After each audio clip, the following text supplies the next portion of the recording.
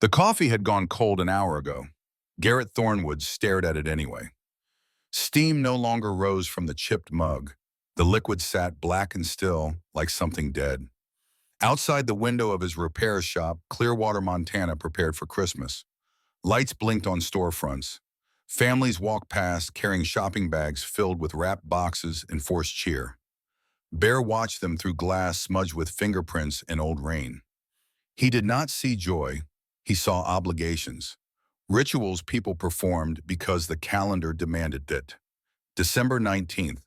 Tomorrow would mark 6 years. 6 years since the drunk driver crossed the median. 6 years since the sound of metal on metal. 6 years since his daughter's hand went limp in his. The shop phone rang. Bear let it go to voicemail. The machine clicked on. Jerome Collier's voice filled the empty space between engine parts and old motorcycles. Bear, it's Axel. Helena Toy Drive wraps up at 4. We're rolling out after. Storm's supposed to hold off till tomorrow night, but you know how that goes. Call me back, brother. Bear picked up his cold coffee. He set it down without drinking. His hands looked old in the fluorescent light. 67 years of living showed in every scar and callus. The tattoo on his left forearm had faded to blue-gray. An eagle clutching dog tags. Beneath it a name he could barely look at anymore. Emma Rose Thornwood. Forever 9. Forever gone. The Gulf War had given him scars he could explain. Machine gun fire across his shoulder. Shrapnel in his thigh. Those wounds closed, they healed. The wound that opened on Christmas Eve 2018 never stopped bleeding. He had been riding behind the family car that night, his motorcycle following his wife's sedan. Emma sat in the back seat singing along to Christmas carols. Her voice carried through the cold December air every time they stopped at red lights. She was excited about tomorrow, about presents under the tree, about cookies for Santa. The other car appeared without warning, headlights swerving across lanes. No time to brake, no time to warn them. Just impact, just the sound that would live in Bear's skull until the day he died. He reached them before the ambulance, ripped the door open with hands that shook so hard he could barely grip the metal. His wife Sarah unconscious in the front seat. Emma in the back, eyes open, looking at him with confusion that turned to fear. Bear held her hand. He told her she would be okay. He told her help was coming. He told her he loved her. She tried to speak. Her lips moved, but no sound came out. Then her eyes changed. The light behind them dimmed, then disappeared. The paramedics arrived 4 minutes later. 4 minutes too late. Sarah survived with a fractured skull and broken ribs.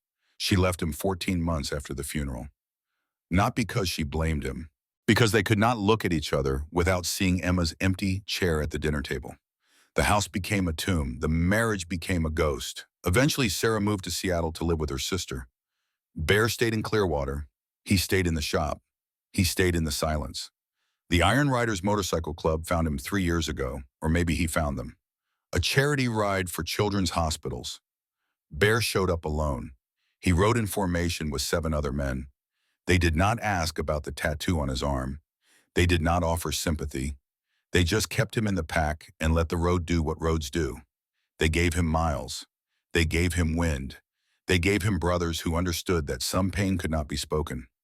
Now they were waiting for him in Helena, waiting for him to join the toy drive, waiting for him to hand presents to children who would remind him of the child he could not save. Bear picked up the phone. He almost called Axel back. His finger hovered over the number. Then he set the phone down. He grabbed his leather jacket from the hook. The Iron Rider's patch sat heavy across the back, a wolf's head surrounded by flames, beneath it the words that had become his creed. Ride together, stand together, bleed together. He locked the shop. He started his motorcycle. The engine roared to life, familiar, reliable. The only thing that never lied to him. He pointed the bike north toward Helena, not because he wanted to be around children and Christmas cheer, because staying still meant thinking. Thinking meant remembering. Remembering meant drowning. The highway stretched ahead, gray asphalt cutting through Montana wilderness, pine trees thick on both sides, mountains rising in the distance like sleeping giants. The sky looked heavy, clouds gathering low and dark.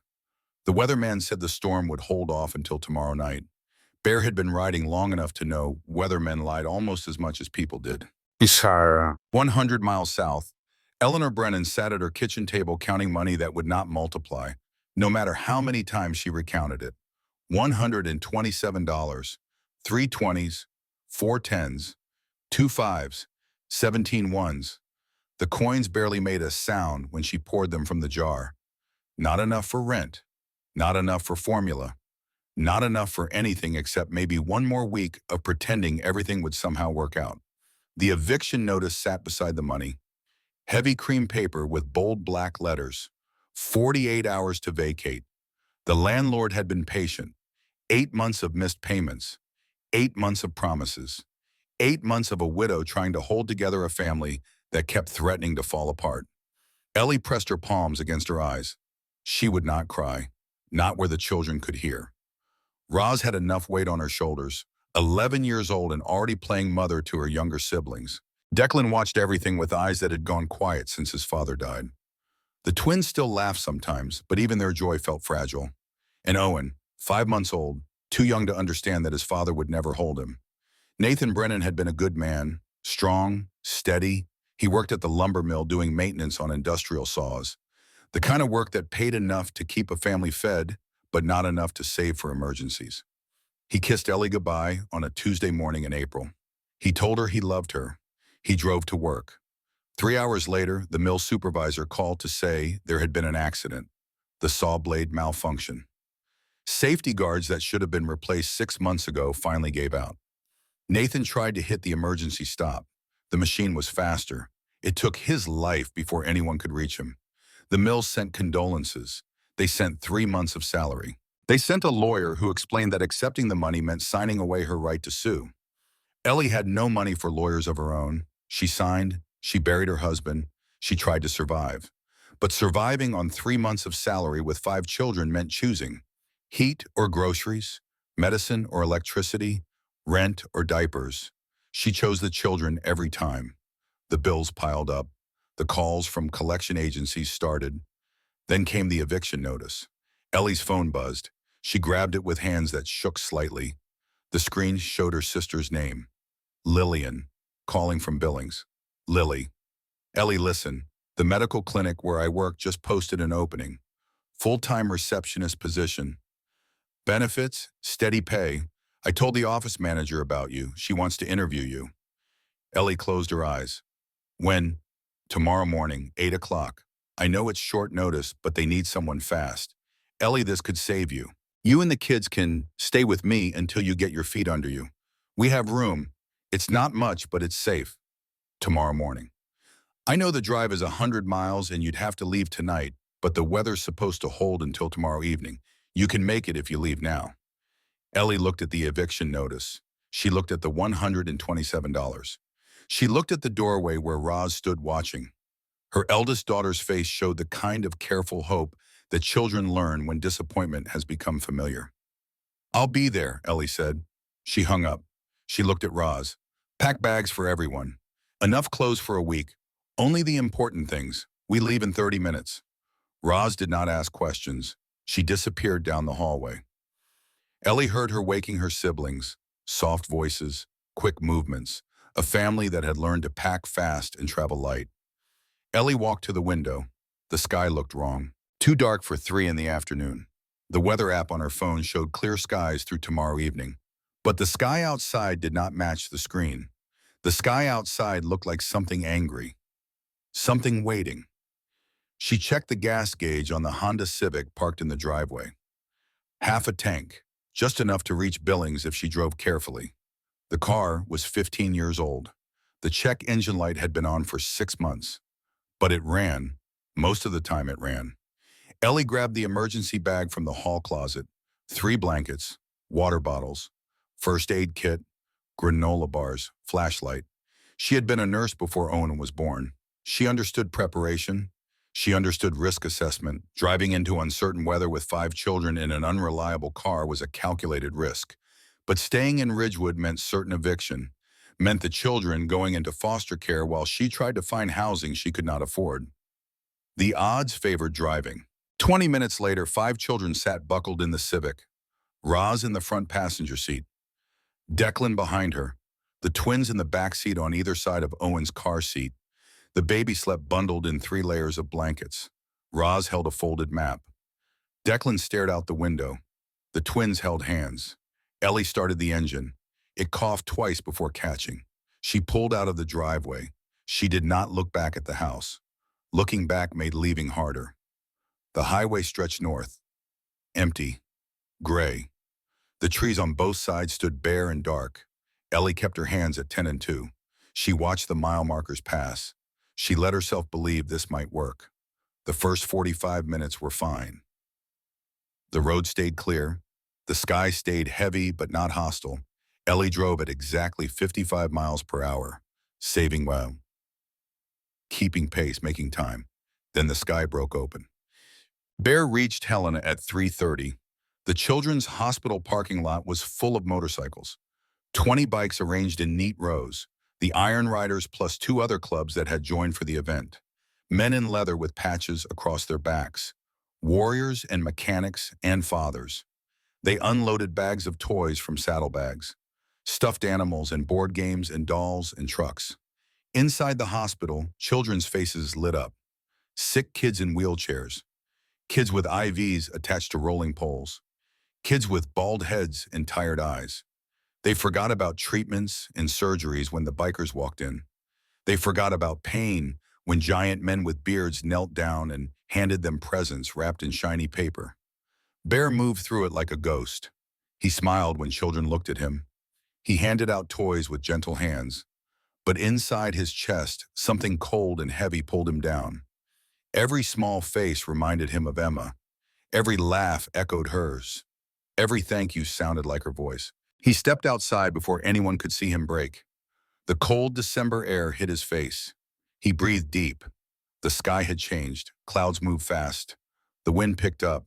Snow would come soon, probably sooner than the weatherman predicted. Axel found him leaning against his bike. "You okay, brother?" Bear nodded. He did not trust his voice. "Tomorrow's the day," Axel said quietly. "I know. You planning to white-knuckle through it alone, or you want company?" Bear looked at the older man. Jerome Collier had been a combat medic in 2 wars. He had seen more death than most people could imagine, but his eyes still carried kindness. He had lost a son to cancer 7 years ago. He understood the weight Bear carried. "I'm fine," Bear said. "That's not what I asked." Bear checked his watch. 4:15. They had planned to stay in Helena overnight, hit the road tomorrow when the weather cleared. But tomorrow was Christmas Eve. Tomorrow was 6 years. Tomorrow Bear would wake up to a calendar that marked the worst day of his life. "Let's ride out," Bear said. "Now, before the storm." "Weather report says we've got till tomorrow night." "Weather report's wrong. Look at that sky." Axel studied the clouds. He had spent enough time in Montana to trust instinct over forecasts. "I'll tell the others. We move in 10. 8 motorcycles lined up in formation. Bear took point. Axel rode beside him. Behind them came Silas Drummond, the ex-sheriff they called Hawk. Then Winston Vale, Dalton Mercer, Magnus Thorne, and 2 others whose road names spoke to years of riding together. Ratchet, Piston, brothers bound by asphalt and trust. They pulled out of Helena at 4:30. The highway aimed south toward Clearwater, toward home, toward the empty house Bear avoided, and the calendar date he could not escape. The first flakes started falling at 5 o'clock. Ellie saw the snow begin, small flakes at first, gentle, almost pretty, then heavier, then sideways. The wind hit the Civic like a fist. The small car rocked. Ellie gripped the wheel tighter. "Mama," Roz's voice carried worry. "We're fine," Ellie said. "Storm came early. We'll slow down and take it careful." She reduced speed to 40, then 30, then 20. Visibility dropped. The white snow against the gray sky erased the world. The road disappeared beneath a blanket of white. The lines vanished. The shoulder vanished. Everything became white noise and screaming wind. The car began to shake. A grinding sound came from under the hood. Ellie's nursing training kicked in. She cataloged symptoms like a patient going into shock. Engine temperature rising, battery light flickering, loss of power. She pressed the gas pedal. The car did not respond. The grinding grew louder.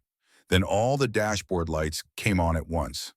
Red, yellow, orange, a Christmas tree of warnings. Then nothing. The engine died. The car went dark. Ellie pulled to what she hoped was the shoulder. The car rolled to a stop. She turned the key. Nothing. Turned it again. Nothing. The engine would not catch. The battery would not engage. The 15-year-old Civic had finally given up. She checked her phone. No signal. The storm had killed that too. She looked at the road behind them. Empty. She looked ahead. Empty. She looked at mile marker 47. They were 53 miles from Billings. Too far to walk. Too far to survive. Roz stared at her mother with eyes that asked questions Ellie could not answer. Declan's face had gone pale. The twins began to cry. Owen stirred in his car seat, starting to wake, starting to need things Ellie could not provide in a dead car in a blizzard. She made a decision. The decision she had made her entire life. Protect the children. Whatever it cost, whatever it took. Protect them. Everyone out. Bring the blankets. Mama, where are we going? Roz asked. There was a sign back there. Rest stop, 5 miles ahead. We can make it. It was a lie, not about the sign, about making it. 5 miles in a blizzard with 5 children meant death. But staying in the car meant death too. At least walking gave them a chance. At least moving meant fighting. Ellie wrapped Owen inside her jacket, skin to skin, her body heat the only thing keeping the 5-month-old alive. She zipped the jacket closed. She pulled a blanket over both of them like a cloak. Everyone hold hands. Make a chain. Roz, you lead with me. Declan behind her. Twins hold each other and hold Declan. Do not let go. Do not stop. If someone falls, we all stop and help them up. We stay together. You understand? 5 small voices said yes. They stepped into the storm. The cold hit them like a living thing, hungry, angry, looking for any opening to reach skin and steal warmth. Ellie bent forward into the wind. She pulled the children behind her. Each step took effort. Each breath hurt. The snow came sideways. It filled her eyes and mouth and nose. She could not see the road. She could only feel the pavement beneath her feet and trust it would lead somewhere safe. They walked for an hour, then 2. The rest stop did not appear. The sign had been wrong, or old, or lying. The 5 miles were really 10, or 12, or 20. Ellie did not know anymore. She only knew her legs were failing. Her strength was going. Owen had not moved against her chest in the last 5 minutes. She pressed her hand against his small body, feeling for the rise and fall of his breathing. There, barely, still alive, still fighting, but for how much longer? Roz pulled at her sleeve. Mama, we have to keep walking. Mama, please, oui. Ellie tried to answer. Her lips would not move. The cold had taken her voice. It had taken her strength. Now it was taking her hope. The twins cried without sound.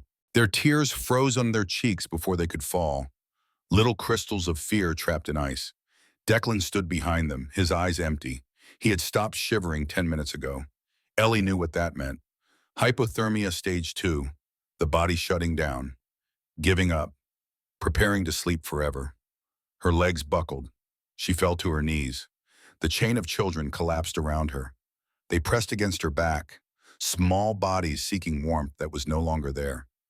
This was how they would die, together, on a frozen Montana highway, 53 miles from salvation, 200 yards from an imaginary rest stop. The storm had won. Ellie pressed her face against Owen's tiny head. She whispered words he could not hear. I'm sorry. I tried. I'm so sorry. Roz's voice cut through the wind. Different now, not scared, confused.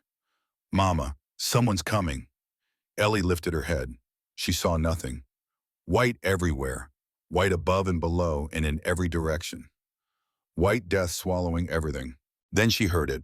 Engines, low and heavy, getting closer. Headlights appeared through the storm. 2 beams, then 4, then 8. They moved slow, fighting through snow that wanted to stop everything. A convoy, motorcycles. Ellie's heart dropped. Bikers, on a mountain highway in a blizzard. She had heard stories. Dangerous men doing dangerous things, outlaws, criminals, people you avoided. But her children were dying. Owen might already be gone. She had no choices left. The lead motorcycle stopped 20 feet away. The engine idled, rumbling like caged thunder. A massive figure stepped off. He pulled off his helmet. The cold hit his face and he did not flinch. His beard filled with ice.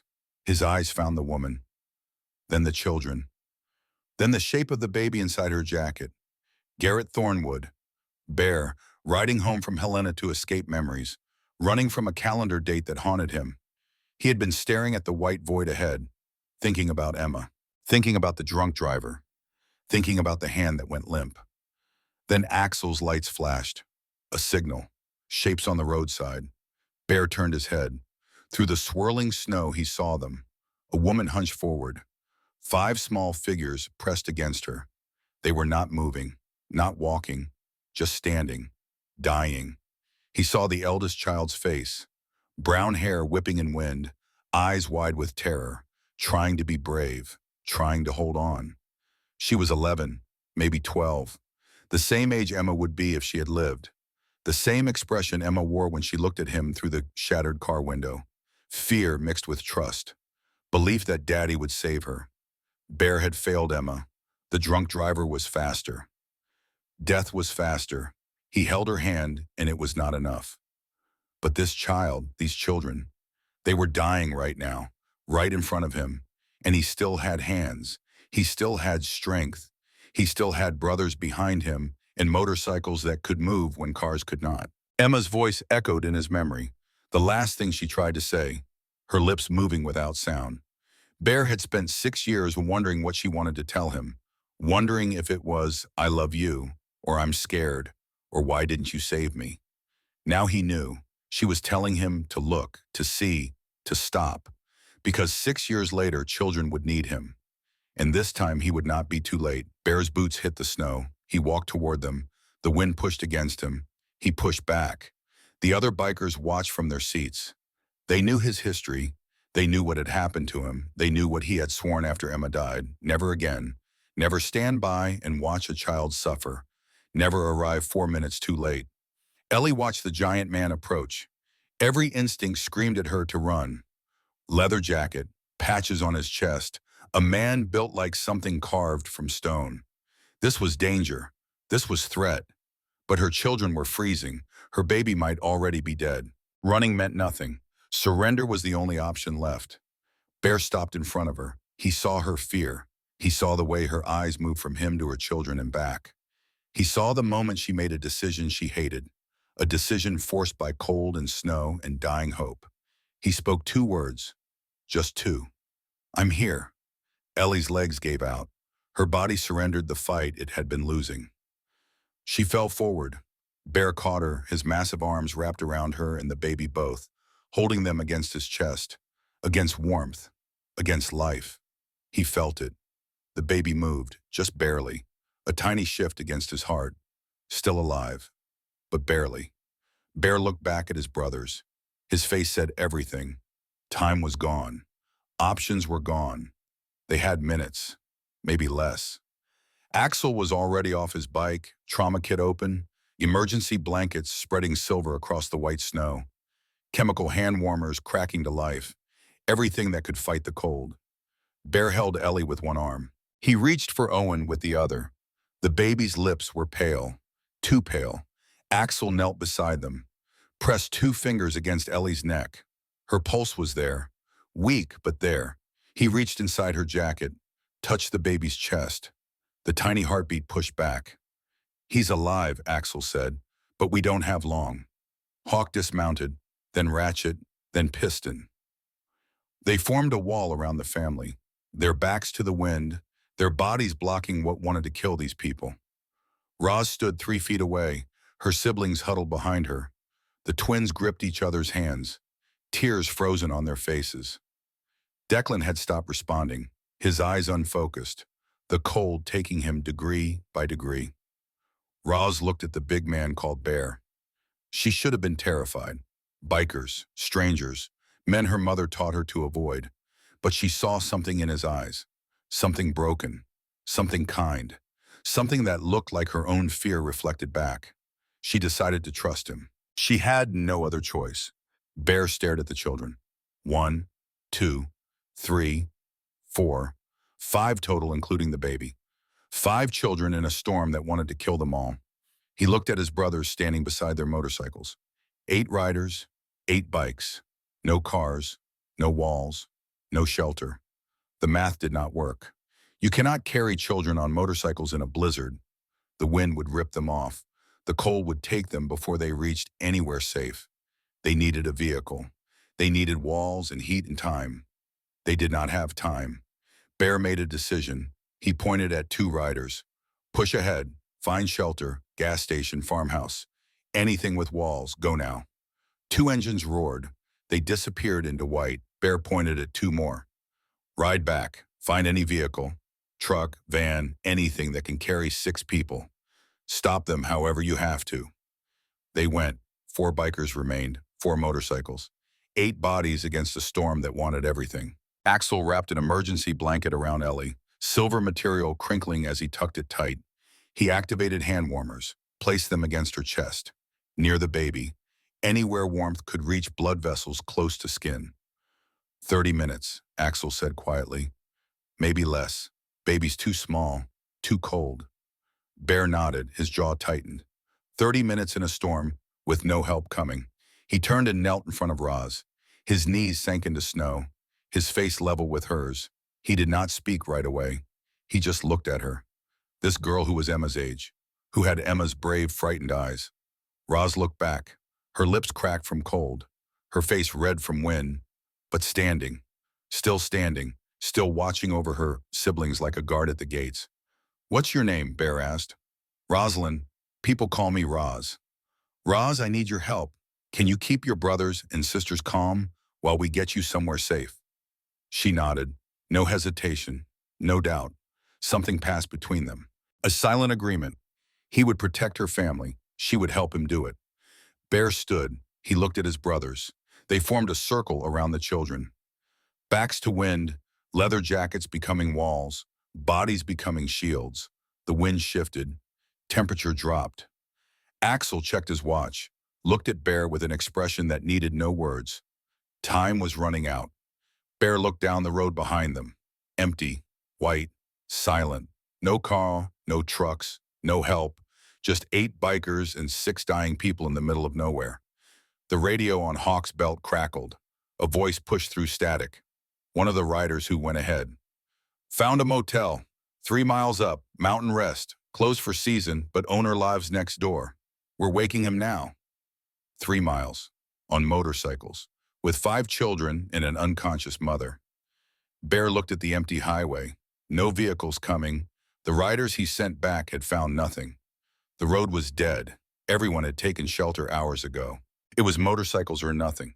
He made the call. We carry them. 1 child per bike. Held tight. Moving together. No one argued. They understood. Staying meant death. Moving meant risk. But risk meant a chance. Bear lifted Roz carefully. She weighed almost nothing. He carried her to Axel's bike, set her on the seat behind the older man. Hold on tight, Bear said. Don't let go no matter what. Roz wrapped her arms around Axel's chest. The leather was cold against her cheek. But beneath the cold, she felt something solid. Something that would not let her fall. The other riders loaded children onto bikes. The twins rode with Hawk and Ratchet, pressed between them. Shared between 2 men who would die before they dropped a child. Declan went with Piston. The man locked the boy's arms around his waist, held them there with his own hands. Bear climbed onto his bike with Ellie still against his chest. Owen between them. He pulled his jacket closed around both of them, zipped it as far as it would go, mother and baby wrapped in leather and warmth, and a promise that Bear had failed once but would not fail again. He looked at his brothers. 8 riders, 5 children. 1 mother, 1 baby, 1 chance. Bear gave the signal. 8 engines roared to life. The sound cut through wind like thunder through silence. The convoy moved forward, 15 miles per hour. Any faster and tires would lose pavement. Any slower and coal would win. Into white darkness, into the unknown, into 3 miles that would feel like 300. Bear led with one hand on throttle, one arm locked around Ellie and Owen. His chest blocked wind from reaching them, his face took the full force of the storm. Ice formed in his beard, crystals gathered in his eyebrows. His eyes burned, but he did not blink. Blinking meant losing the road. Losing the road meant death. Behind him, Axel carried Roz. The girl's face pressed against his back, her small hands gripping his jacket with strength that came from somewhere deeper than muscle.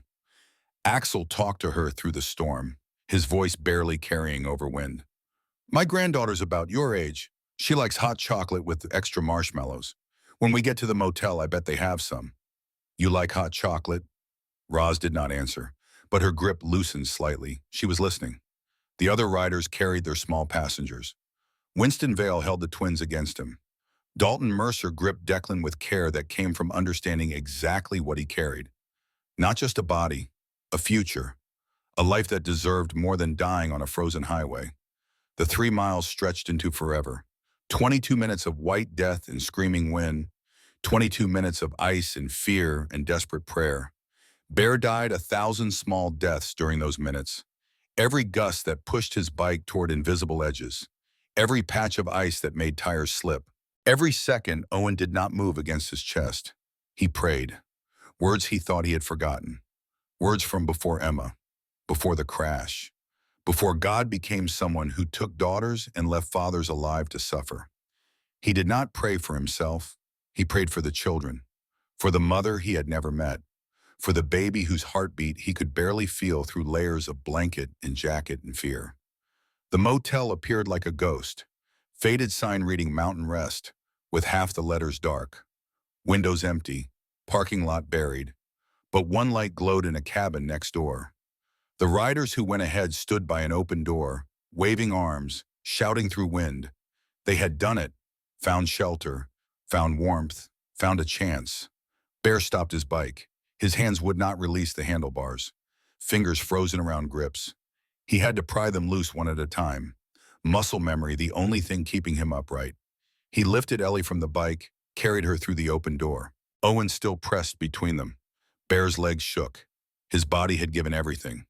The warmth inside hit his face like a fist. It hurt. Heat rushing back into frozen skin always hurts. He nearly fell. Axel appeared beside him, caught his arm. I've got you, brother. Bear carried Ellie to a couch near a heating vent, laid her down gently, positioned Owen on her chest where warmth could reach them both. Then he stepped back, let his body settle against the wall. The other bikers brought children inside. Roz walked on trembling legs. The twins came in carried by Hawk and Ratchet. Declan hung limp in Piston's arms, eyes half closed. An old man stood in the lobby, white hair, deep lines around his eyes. Harold Casper, motel owner. He watched bikers enter with a look mixing suspicion and confusion. Leather jackets, road-worn faces, the kind of men his wife always told him to avoid. Then he saw the children, blue lips, shaking bodies, eyes that barely stayed open. His suspicion died. Something else replaced it. Harold moved to the kitchen, started boiling water for hot packs, pulled blankets from a closet, threw them toward the couch. He stopped, looked at 5 children, looked at the unconscious mother, looked at 8 bikers standing like exhausted soldiers. Where's their father? The room went quiet. No one had an answer. Axel moved through the lobby with the efficiency of someone who had done this before. Military training taking over. He checked the twins first. Cold, but responsive. Fingers moving when he asked. No frostbite. They would survive. Roz sat on a chair edge, watching everything. Exhausted but alert. Present. She had held her family together long enough. Declan worried him. The boy sat in a corner, back against wall, eyes open but unfocused, skin pale gray. His core temperature had dropped too far. The cold had gone deep. Axel wrapped Declan in 3 blankets, positioned him near the heating vent, placed warm water bottles around his body. Not too hot, never too hot. Rewarming too fast could crash blood pressure. Axel had seen it in the field. He would not let it happen here. Owen lay on blankets near the radiator, colors slowly returning, pink replacing blue, breathing steady. shallow but steady. Bear knelt beside the couch where Ellie lay. He removed her wet outer layers, coat, sweater, everything holding cold against skin. Harold brought more blankets, hot water bottles. Bear arranged them around her body, under arms, against each sides, by her feet, slowly, carefully. Hypothermia victims needed warmth but gradual. Too much too fast could kill. Ellie's eyes fluttered, then opened. She saw a ceiling she did not recognize. Wooden beams, single light bulb, yellow walls stained with age. She saw faces she did not know. Large men with beards and leather. Panic flooded her chest. She tried to sit up. Her body screamed. Bear placed a gentle hand on her shoulder, pressed her back down. Your children are safe, all of them. They're right here, you're safe. Ellie's eyes searched his face. She did not know this man, did not know why she should trust him. But something in his expression made her stop fighting, something broken and honest. She let her body relax. Who are you? She whispered. My name is Garrett. People call me Bear. We found you on the road. Ellie closed her eyes. Memory came in pieces. The snow, the cold, her legs giving out. Sound of engines through wind. She opened her eyes again. My baby. Where's Owen? Bear pointed toward the radiator. Right there, he's warming up. He's going to be okay. Roz appeared at the couch edge, her face wet with tears she had held back for hours. They ran down her cheeks now, free, relief and exhaustion breaking through. Mama, she said, just that one word. All the fear packed into 2 syllables. Ellie reached for her daughter with arms that barely worked. Roz collapsed into the embrace. They held each other while the world continued around them. The twins came next, climbed onto the couch, pressed against their mother's sides. Freya buried her face in Ellie's neck. Iris wrapped small arms around Roz's back. Declan stayed at the room's edge, watching, his eyes still carrying that distant look. Harold hung up the phone. His face told the story before words did. Roads are closed. Ambulance can't move until morning. We're on our own tonight. Axel nodded. He had expected this. Whatever happened in the next few hours, wet bikers and one old motel owner were the only help this family would receive. Bear stepped back from the couch. He watched Ellie hold her children, saw relief on her face. Love. The fierce protective grip mothers never lose. He saw what he had lost 6 years ago. He saw what he had saved tonight. The 2 feelings crashed together inside his chest, pain and purpose mixing until he could not tell them apart. Ellie looked up at him. Her eyes found his across the room. Why, she asked, voice cracking. Why did you stop? Bear opened his mouth. No words came. The truth was too heavy. He stopped because he saw his daughter's face in Roz's eyes. He stopped because the universe gave him a chance to save what he could not save before. He stopped because failing again was not an option. The wind screamed against windows. Snow piled against the door. The storm had trapped them inside Mountain Rest Motel. No one was going anywhere until morning. Harold moved around his small kitchen, opened cans of vegetable soup, poured them into a dented pot. The stove clicked 3 times before flame caught. Within minutes, warm food smell filled the lobby. The children ate slowly, bodies forgetting how to process warmth, each spoonful taking effort. Freya held her bowl with both hands, letting heat seep into fingers. Iris watched her sister and did the same. Ellie sat on the couch with Owen in her arms. The baby was awake now, making small sounds, meaning hunger. Harold found powdered formula in a back closet, left by a guest years ago. Old but sealed, it would work. Ellie fed her son, watched the bikers as she did, her eyes moving from face to face, cautious, measuring. She had learned that kindness from strangers often came with a price. But these men asked for nothing. They did not stare. They did not crowd her. They simply moved around the room, checking on children, adjusting blankets, speaking to each other in quiet voices. Roz sat on the floor next to Axel. She pointed at patches on his jacket. What do those mean? Axel looked down at worn leather, traced one patch with his finger. This one means we ride together. This one's for a charity run we did last summer. Raised money for kids in foster care. Roz frowned. I thought bikers were dangerous. Axel smiled. It softened his whole face. Some are. We're not. We escort veterans to funerals. We deliver Christmas presents to group homes. We're not saints, but we try to do right by people who need help. Roz considered this, looked at her mother, back at Axel. My dad was a good man too. He died at work. Axel nodded, did not offer empty words. Just let her speak. Ellie started talking. Words came slowly, then faster. She told them about Nathan, about the machine that killed him, about the company that sent a sympathy card and 3 months' pay, about insurance claims still pending, about landlords knocking every week, about bills piling faster than she could pay. She told them about Lillian's phone call this morning, the Greichbuch that would save them, the interview supposed to happen tomorrow, the car that was supposed to get them there.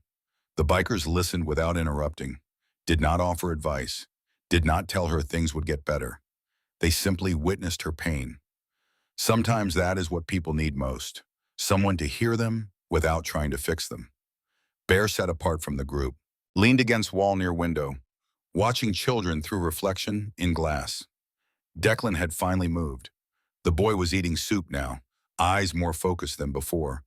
The twins had fallen asleep against their mother, small chests rising and falling in steady rhythm. Owen was awake and fighting, tiny fists waving as Ellie fed him, life returning to bodies that had been so close to losing it. Roz kept glancing at Bear. She noticed things most children missed, saw the way he watched her family, saw sadness living behind his eyes, sadness that felt familiar. Harold crossed the room with 2 cups of coffee, handed one to Bear, stood beside him, looking out at Storm. 40 years I've owned this place, seen plenty of travelers in trouble, never seen a man carry a dying woman through a blizzard like that. Bear did not respond. Harold took a sip. You got kids? Bear's jaw tightened, eyes stayed fixed on window. I had a daughter. The word hung in air. Had, not have. Past tense. The heaviest word in the English language. Harold did not ask what happened, did not offer sympathy or platitudes. He simply placed his weathered hand on Bear's shoulder. She would be proud of you tonight. Something shifted inside Bear's chest, not breaking, more like a bone that healed wrong finally setting straight. Pain still there, would always be there, but different now. He did not cry, did not speak. But for the first time in 6 years, he did not feel like a ghost walking through a life that no longer belonged to him. He felt like a father, even if only for tonight. The motel lobby held its breath through long hours of darkness. Outside, the storm continued assault on windows. Inside, the fire in the old wood stove crackled, pushed warmth into every corner. The bikers took shifts without being asked. 2 stayed awake at all times, watched children, monitored storm, fed logs into stove, kept heat steady. They were used to long rides through darkness, fighting exhaustion while miles stretched ahead. This was no different, just a different kind of road. Ellie drifted in and out of restless dreams. Nightmares found her every time she closed eyes. Saw Nathan falling, heard the machine that killed him, felt cold wrapping around her children on the road, stealing warmth breath by breath. Each time she jerked awake, gasping, she saw Bear sitting in chair across room, eyes open, body still, watching over her family the way a guard dog watches sleeping children. Not threatening, not intrusive, just present. Ellie closed her eyes again. For the first time in 8 months, she felt something forgotten. She felt protected. Roz could not sleep, body exhausted, but mind would not stop. She wrapped a blanket around shoulders, walked across room to where Bear sat, settled into chair beside him without asking permission. Bear glanced at her but said nothing. They sat together in quiet, watching snow fall past window. Who was Emma? Roz asked. The question came before she could stop it. She did not know why she asked, just knew the question needed asking.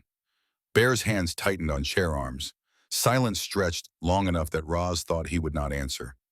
My daughter, he said finally, voice low, rough. She died 6 years ago, Christmas Eve. Roz waited. Bear spoke slowly, like pulling splinters from old wounds. He told her about Emma's laugh, high and bright, like bells. He told her about Emma's favorite color, purple. Everything had to be purple. Her room, her clothes, her bicycle. He told her how Emma rode on his shoulders at parades, small hands gripping his forehead, voice shouting at everything she saw.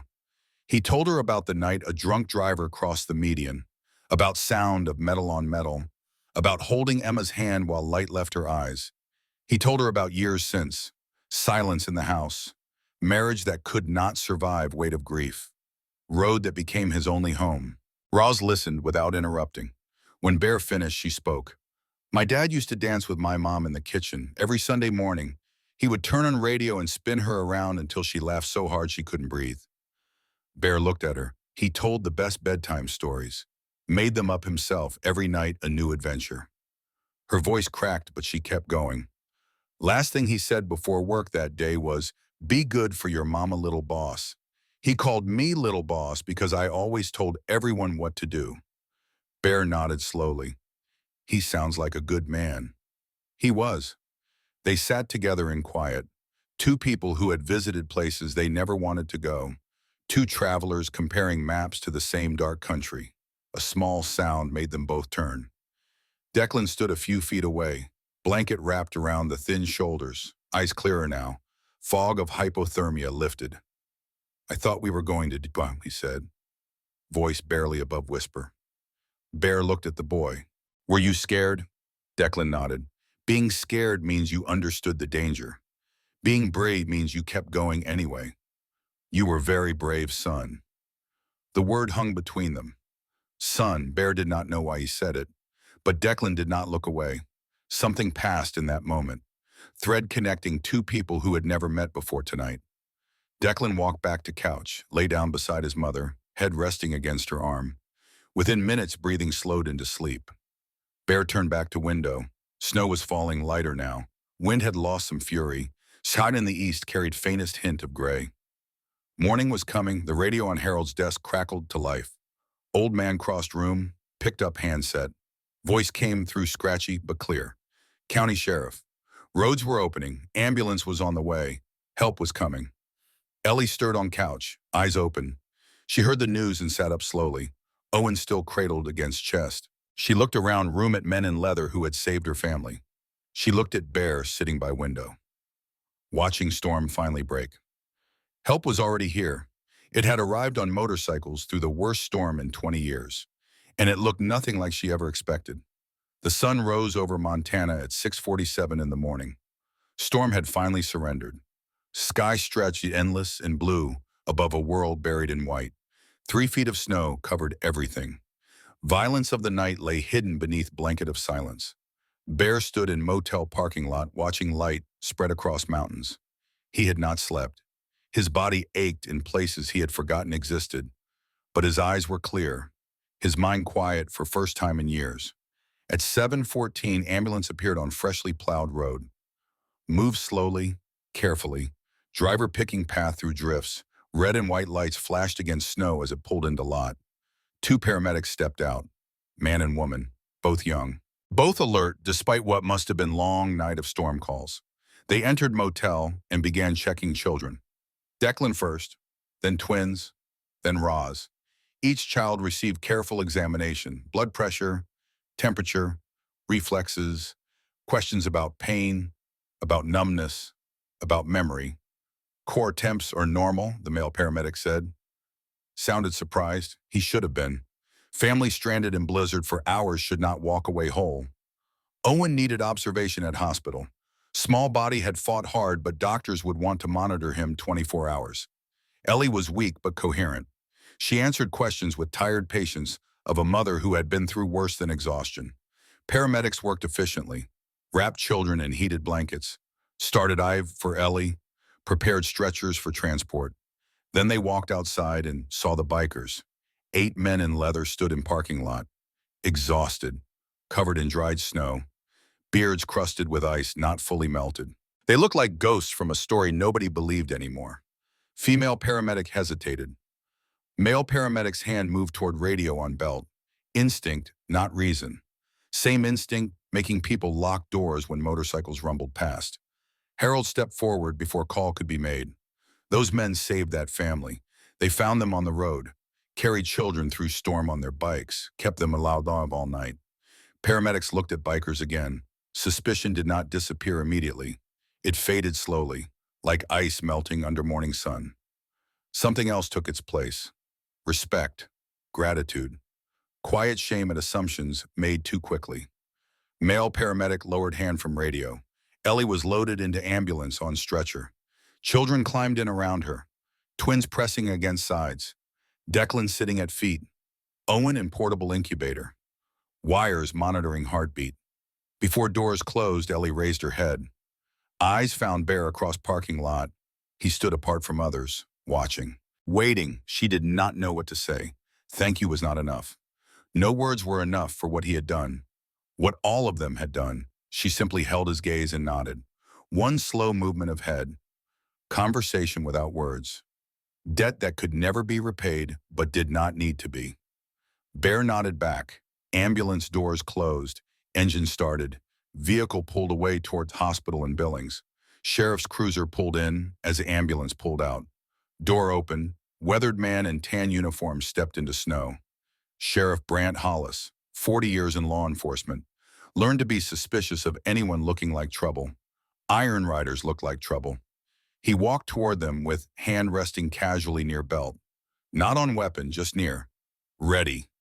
Harold intercepted halfway across lot. Old motel owner spoke quickly, hands moving as he told story again. Stranded family, bikers who stopped, ride through blizzard, night of watching over children who should have died. Sheriff's expression changed as he listened. Suspicion drained from face. Something else replaced it. He walked to Bear, extended hand. I owe you an apology. I had you figured wrong. Bear shook offered hand. Most people do. Did not say it with bitterness, said it with acceptance of man who stopped caring what strangers thought long time ago. What mattered was children were alive. Everything else was noise. Bikers began preparing to leave. Engines checked, gear secured, routes discussed. Then small footsteps crunched through snow behind them. Roz had climbed out of ambulance. She ran across parking lot with blankets still wrapped around shoulders. Did not stop until she reached Bear. She threw arms around his waist, held on tight, face pressed against leather jacket, small body shaking with sobs she had been holding back since night before. Bear froze. Hands hung at sides for a moment. Then slowly he placed them on her back. Roz whispered something, words meant only for him. Then she pulled away, wiped eyes with back of hand, ran back to ambulance without looking back. Bear stood motionless in snow. Other bikers watched him. No one spoke. Roz's words echoed in his mind. You're somebody's angel today. The ambulance pulled away.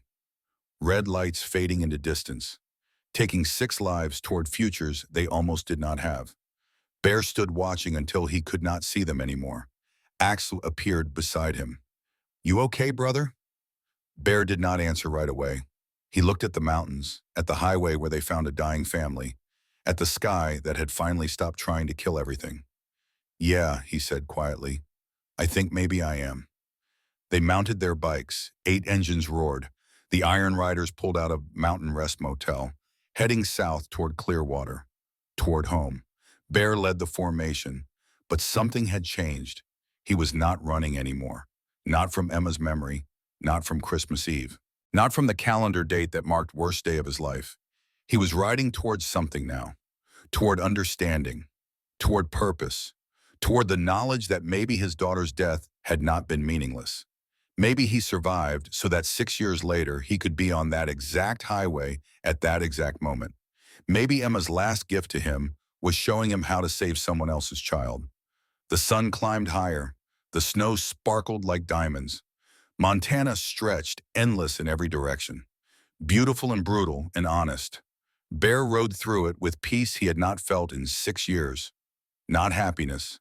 Peace. The quiet acceptance that sometimes the worst moments of our lives prepare us for the best moments of someone else's. He had failed Emma. He would carry that forever. But last night he did not fail. Last night he was exactly where he needed to be, doing exactly what he was meant to do. And somewhere beyond the mountains and the sky and the endless blue above, Bear believed his daughter was watching. Finally proud, finally at peace, finally understanding that her father's broken heart had become someone else's salvation. The convoy disappeared down the highway, 8 dark shapes against white landscape, heading home, heading toward whatever came next. Together, always together, because that is what brothers do. They ride into storms, they stop for strangers, they carry the broken until they can walk again. And when the night is over and the dawn breaks clean and new, they do not ask for thanks or recognition or anything except the quiet knowledge that they did what needed doing. They showed up, they stayed, they saved lives, and in saving others, they saved themselves. The photograph appeared on the front page of the Clearwater Herald 3 days after the storm. Black and white, sharp focus, a moment frozen in time more permanent than any blizzard. Bear stood in the center, his massive frame surrounded by 6 people whose faces told a story no headline could capture. Ellie with Owen pressed against her chest, Roz's hand resting on Bear's arm, the twins leaning into their mother, Declan standing close but separate. All of them alive because 8 men on motorcycles refused to look away. The caption read simple and clean. Strangers become family. Iron Riders save 6 in mountain blizzard. By Thursday morning, the regional papers had picked it up. By Friday, a television station in Helena sent a crew to Bear's shop. He said no to the cameras, said no 3 more times after that. But the story did not need his permission to spread. Social media found the photograph over the weekend. Someone posted it with a caption about judging books by covers. Someone else shared it with a message about strangers who step up when no one expects them to. Within a week, the image had traveled across state lines, across time zones, into living rooms and office break rooms, in late-night scrolling sessions of people who needed to believe good still existed somewhere. The comments piled up in languages Bear could not read, but the sentiment translated universal. Heroes wear leather. Angels ride motorcycles. Never assume you know someone's heart by looking at their jacket. Letters started arriving at the Iron Riders clubhouse on Tuesday of the second week. Envelopes with stamps from states Bear had never visited. Handwritten notes from parents saying their children looked at bikers differently now. Typed emails forwarded through the club's website from teachers asking if the Iron Riders would speak at schools about community and compassion and showing up when it matters. Other motorcycle clubs reached out, sharing their own rescue stories, their own quiet acts that never made papers, asking how they could do more, how they could be seen as protectors instead of threats. The Iron Riders had cracked something open, a door that had been locked for decades. Now light was pouring through. A children's hospital in Missoula sent an invitation. They wanted the Iron Riders to lead their annual charity ride. The event coordinator wrote that the story had inspired 4 other clubs to join. The ride would be the biggest in the hospital's history. Bear sat in his office staring at the stack of messages on his desk. He did not know what to do with any of it. He had not done this for recognition, had not stopped on that highway to become someone's symbol. He stopped because a little girl's face looked like his daughter's, and his body moved before his brain could tell him all the reasons not to. Axel found him there after closing time, pulled up a chair and looked at the pile. "You going to answer those?" Axel asked. Bear shook his head. "I didn't do it for this." "I know, none of us did." Axel leaned forward. "But think about what happens if you embrace it. Not for you, for the message. For every kid who might get saved because someone saw this story and decided to stop instead of driving past." Bear said nothing. He stared at the photograph on top of the pile. His own face looked back at him, surrounded by children he had known for one night and would now know forever. "For Emma," Axel said quietly. Bear closed his eyes. When he opened them, he reached for the first letter. Mo. 100 miles north in Billings, Eleanor Brennan stood at the window of her sister's house, watching the children play in the backyard. The snow had mostly melted. Patches of brown grass showed through like promises that spring would eventually come. Lillian's house was small but warm. 2 bedrooms upstairs for the kids, a fold-out couch for Ellie until they could find their own place. More than she had hoped for. More than enough, everything. The job interview had been rescheduled for Monday morning. Ellie arrived with bags under her eyes and a story she did not tell. She got the position. Medical receptionist, full-time hours, benefits that would cover the children, a paycheck that would not run out before the month did. The children started new schools the following week. Freya and Iris walked into their kindergarten classroom holding hands, matching backpacks bouncing with every step. Their teacher knelt down and welcomed them with the kind of gentle voice that understood new beginnings were hard. Declan found a seat in the back of his fourth grade class, did not speak for 3 days. Then a boy named Marcus asked him about the scar on his hand from the cold. Declan told him the truth, about the storm, about the bikers, about the night he thought would be his last. By Friday, he had 2 friends and a reputation for being the kid who survived a blizzard. Roz adapted fastest, 11 years old enough to understand what they had escaped, old enough to appreciate what they had gained. She helped Ellie unpack boxes. She read bedtime stories to the twins. She watched over her family the same way she had on that frozen road. Owen was healthy, loud, demanding food at all hours. The doctors had kept him under observation for 48 hours after the rescue.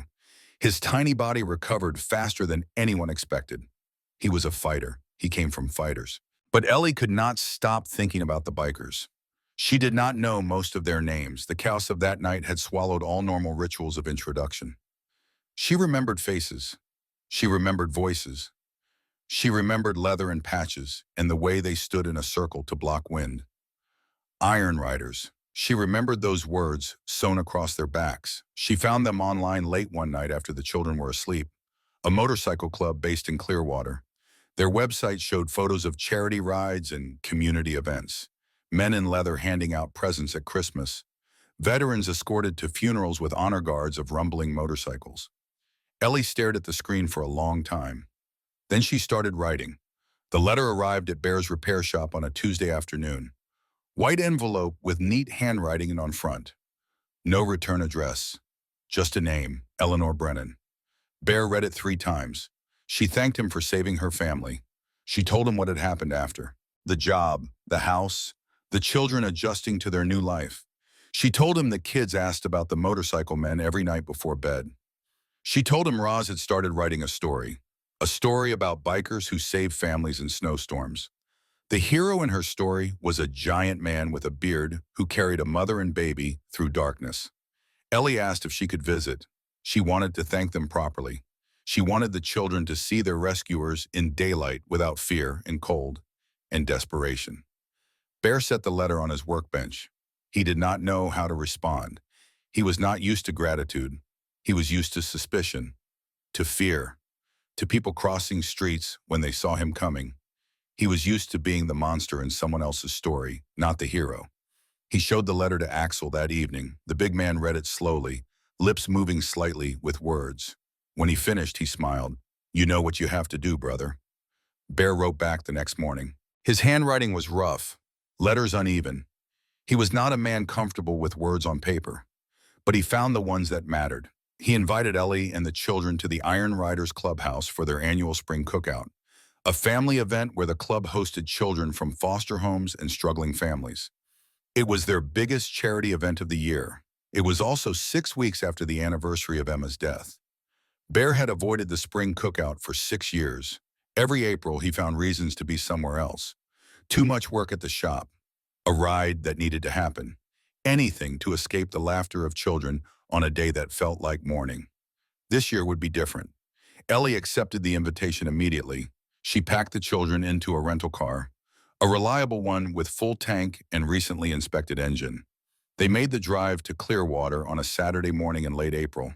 The weather was warm. The roads were clear. The world felt safe in a way it had not felt for a long time. The clubhouse appeared at the end of a gravel road, a converted barn surrounded by motorcycles and picnic tables and families laughing in afternoon sun. Banners hung from the rafters. Music played from speakers mounted on barn walls. The smell of grilling meat filled the air. Roz spotted Bear across the parking lot. She did not hesitate, did not wait for permission. She ran. Bear saw her coming, brown hair bouncing with every step, arms pumping at sides, face split into a smile that reached all the way to her eyes. She crashed into him with the force of a child who believed he was family. Bear wrapped his arms around her. He closed his eyes. For one moment, just one, he felt something he had not felt in 6 years. He felt like his daughter was still alive somewhere, watching, proud of the man he had become without her. Children ran across grass in every direction. Foster kids chased each other around picnic tables. Neighbors' kids climbed on hay bales stacked near the barn. Bikers' grandchildren sat on shoulders demanding to be carried higher. The Iron Riders clubhouse had transformed into something loud and alive and beautiful. Smoke rose from 3 grills lined up near the fence. Axel manned the center one. He wore an apron that read "Kiss the Cook" over his leather vest. When he saw Roz approaching, he grinned. "You ready to learn the family business?" he asked. Roz nodded eagerly. Axel tied an apron around her waist, 3 sizes too big, had to wrap it twice. He handed her a spatula and showed her how to flip burgers without losing them to flames. "Not too fast," Axel said. "Let it tell you when it's ready." Roz concentrated with intensity of a surgeon, tongue poking out corner of mouth. She flipped a burger perfectly. It landed with satisfying sizzle. "Natural," Axel said. "You're a natural." Roz beamed.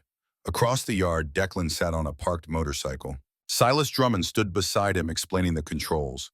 Declan's hands gripped handlebars, his eyes wide. He was not riding, just sitting. But his face said he felt like the most powerful person in the world. The twins had found their way to the face painting station. A massive biker named Travis sat on a folding chair with a palette of colors in his lap. He was 6'4" with arms like tree trunks and a beard that reached his chest. But surrounded by glitter and butterfly stamps, he looked like the gentlest man on earth. Freya pointed at her cheek. "A flower." Iris pointed at hers. "A dragon." Travis nodded seriously at both requests. His brush moved with surprising delicacy across their small faces. Owen made a sound of protest as a grandmother from the neighborhood lifted him from Ellie's arms. "This baby needs more food," the woman announced. She carried him toward the buffet table before Ellie could respond. Another grandmother intercepted them. "He needs fresh air first. Too hot by the grills." They negotiated Owen's care like diplomats dividing territory. Ellie let them. She had not been surrounded by community like this since before Nathan died. Bear appeared beside her table. He lowered himself onto the bench across from her. His leather jacket was gone, replaced by plain flannel shirt. He looked different in daylight, softer, still massive, still scarred by roads and years, but softer. "Thank you for coming," he said. Ellie shook her head. "Thank you for inviting us. The kids haven't stopped talking about this for 2 weeks." They sat in comfortable silence for a moment. Around them, the cookout continued its cheerful noise. "Nathan loved events like this," Ellie said. "Community things. He always said family wasn't just blood. Family was anyone who showed up when you needed them." Bear nodded slowly. He was right. Ellie looked at him.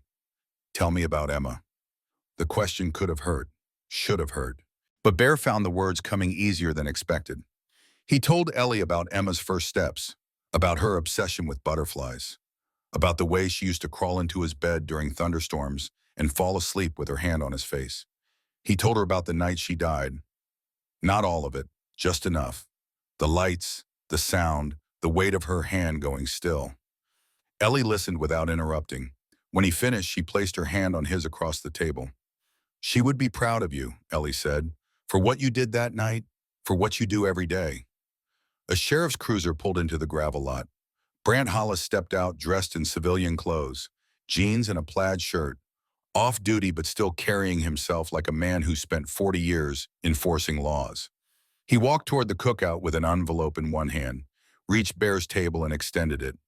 "Donation for your foster program. County kicked in extra this year."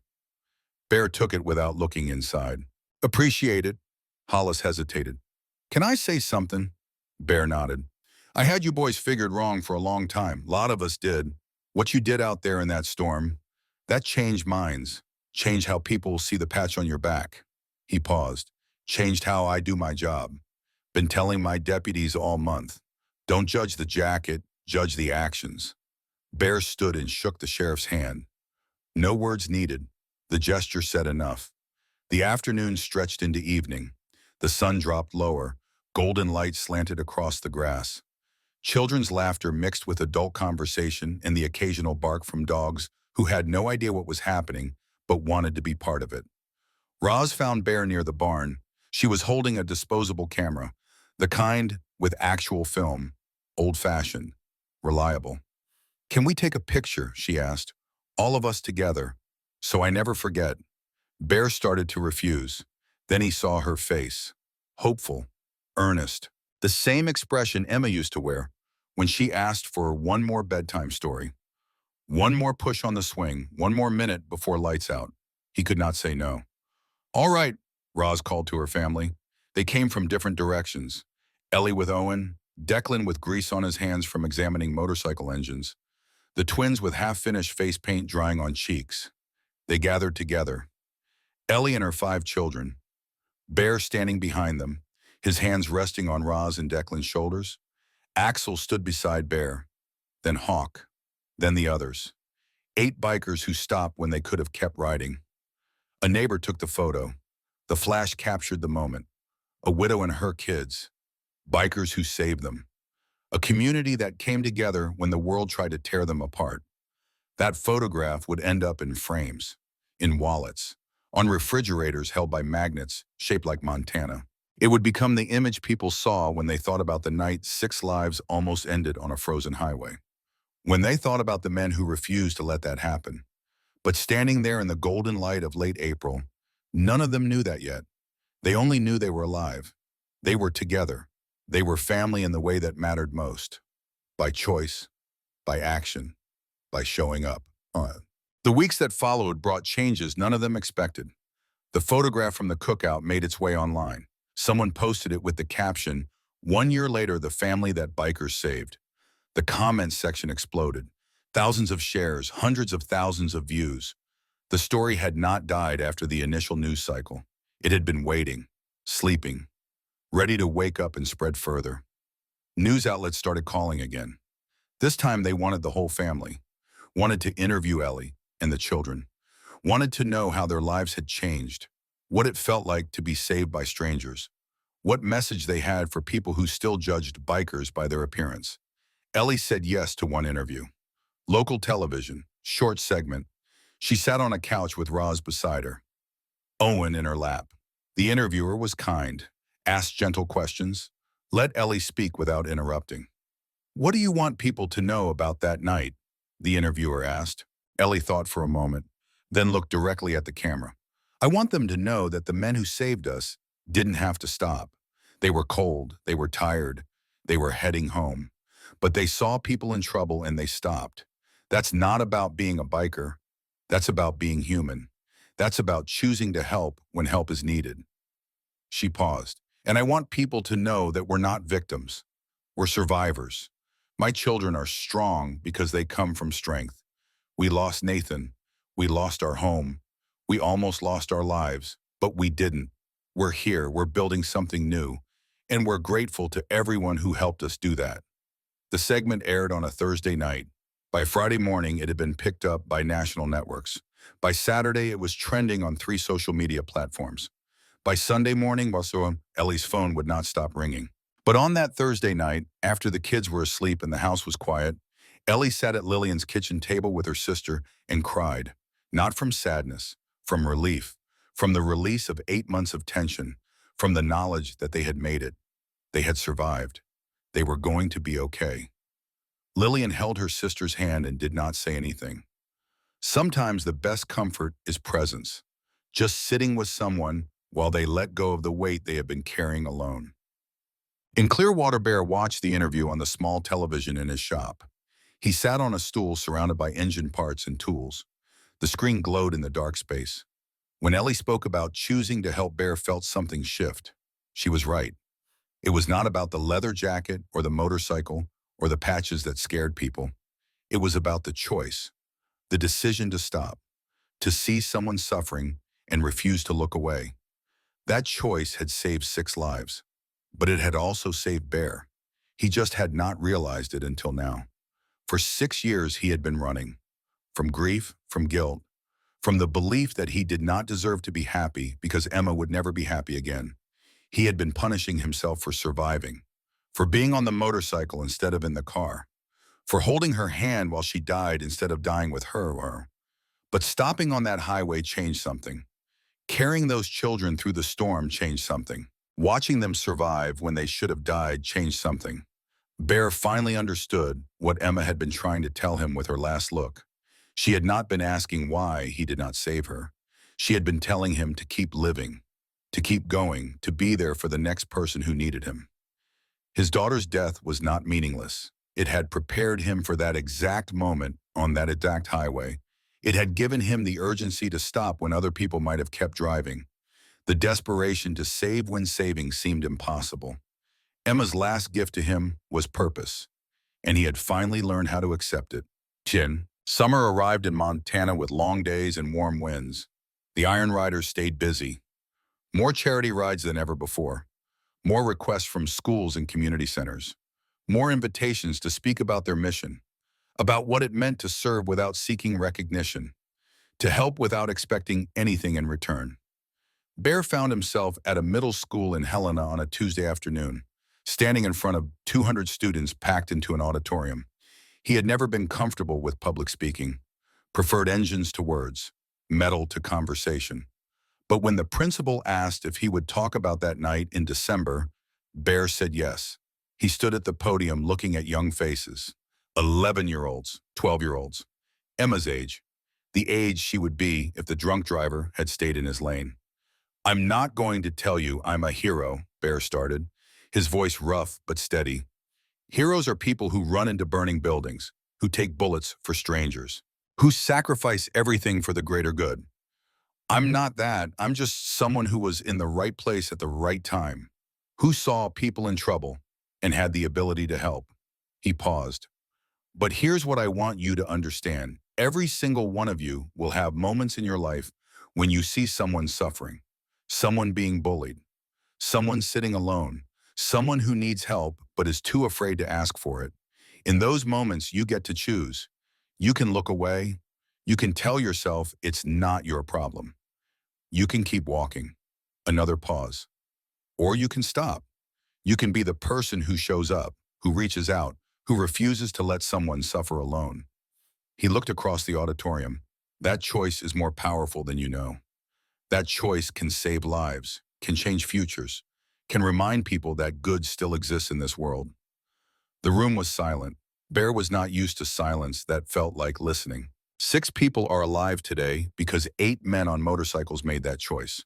We're not special. We just stopped. That's all any of us can do. Stop. See? Help. The rest takes care of itself. He stepped back from the podium. The auditorium erupted in applause.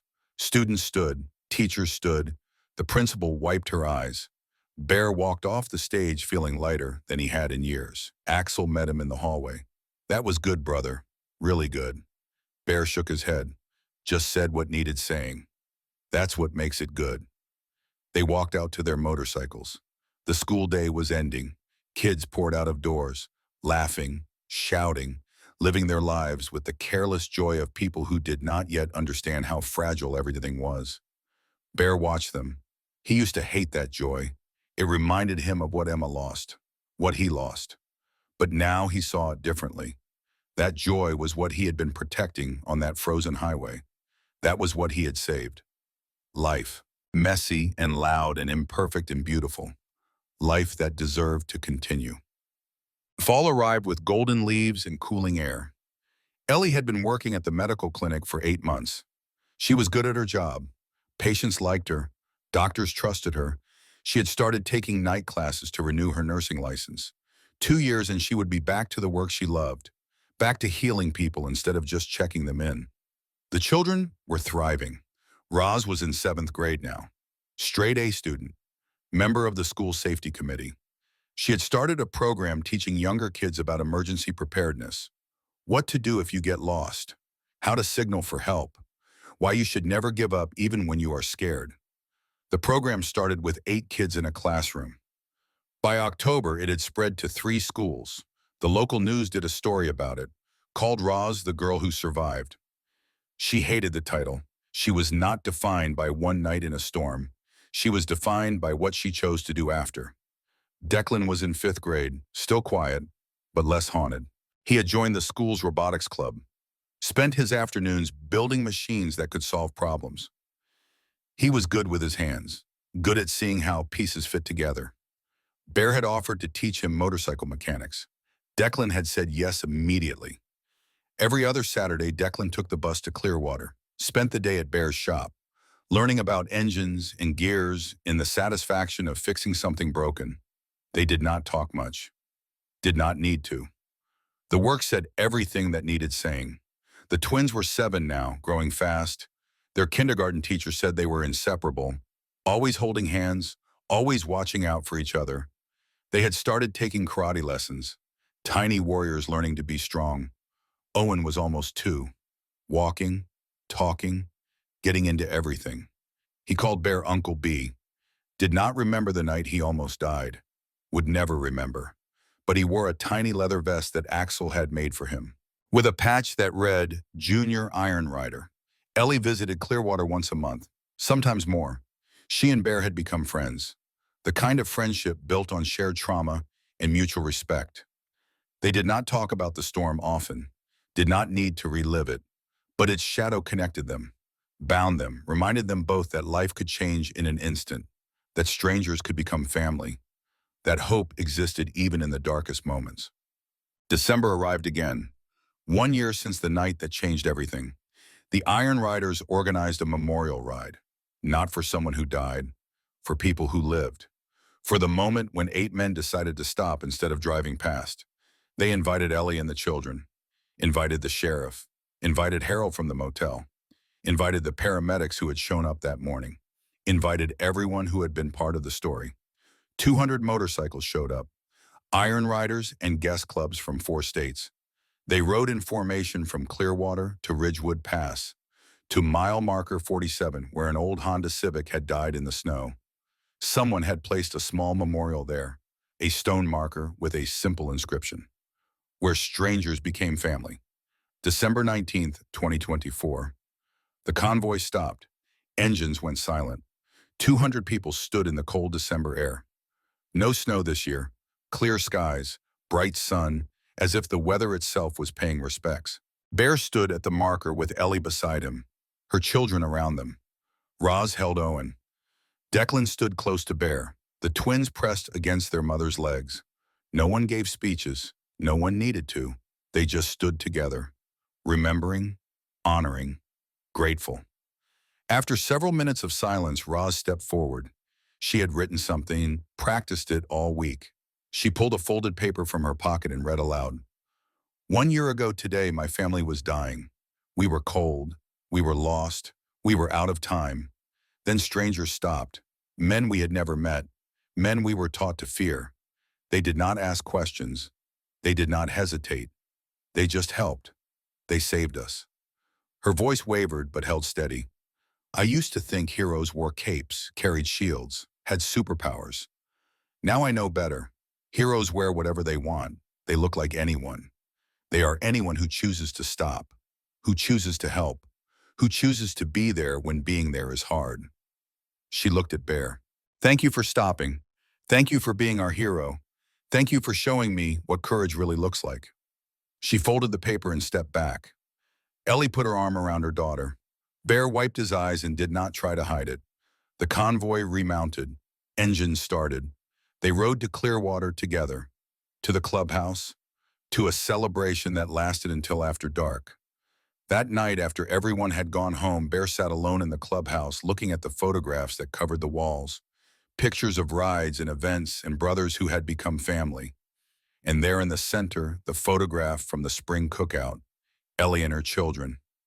8 bikers, most of them smiling, all of them alive. Bear raised a glass of water.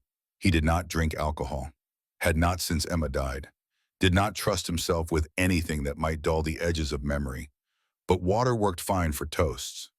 To Emma, he said to the empty room, you saved them through me. Thank you for that. Thank you for giving my life meaning again. He drank, set the glass down, sat in the silence of a place that had become his true home.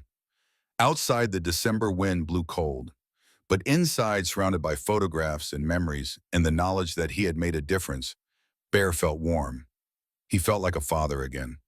Not to the daughter he lost, but to the children he saved, to the family that had adopted him without asking, to the legacy Emma left behind in the most unexpected way. Her death had taught him the fragility of life, but that night on the highway taught him something else. That fragility made every moment sacred, made every choice matter, made every decision to stop instead of passing by an act of defiance against a world that took too much too soon. Bear turned off the lights, locked the clubhouse, started his motorcycle. The engine rumbled to life, familiar, reliable, honest. He rode home through the cold December night, not running from anything, not chasing anything, just riding, present, alive, at peace with the man he had become, the man Emma would be proud of, the man who stopped when it mattered most. And that was enough. That was everything. The Frozen Road to Redemption.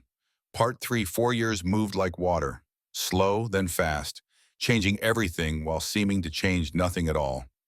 Montana seasons turned their familiar wheel. Winters brutal and beautiful. Springs full of mud and promise. Summers that burned bright and brief. Falls that painted the mountains gold before stripping them bare again. The Iron Riders kept riding, kept showing up, kept being the men they had always been. But now the world saw them differently, saw the patches on their backs as symbols of protection instead of threat, saw the leather and beards as marks of character instead of danger. Bear turned 71 in the spring of 2029. His body showed the years, knees that ached in cold weather, hands that stiffened on winter mornings. Gray in his beard had turned to white, but his eyes were clear, his grip was strong, his heart was lighter than it had been in a decade. The repair shop stayed busy, more work than he could handle alone. He had hired help, a young kid named Travis fresh out of technical school.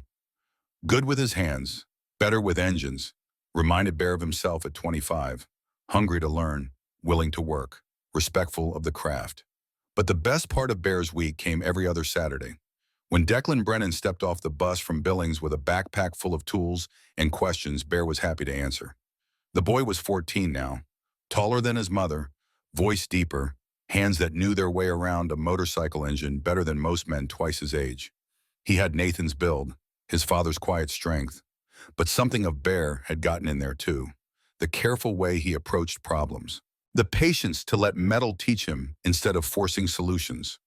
They worked side by side in comfortable silence. Bear would point out a carburetor that needed adjusting. Declan would nod and get to work. No unnecessary words.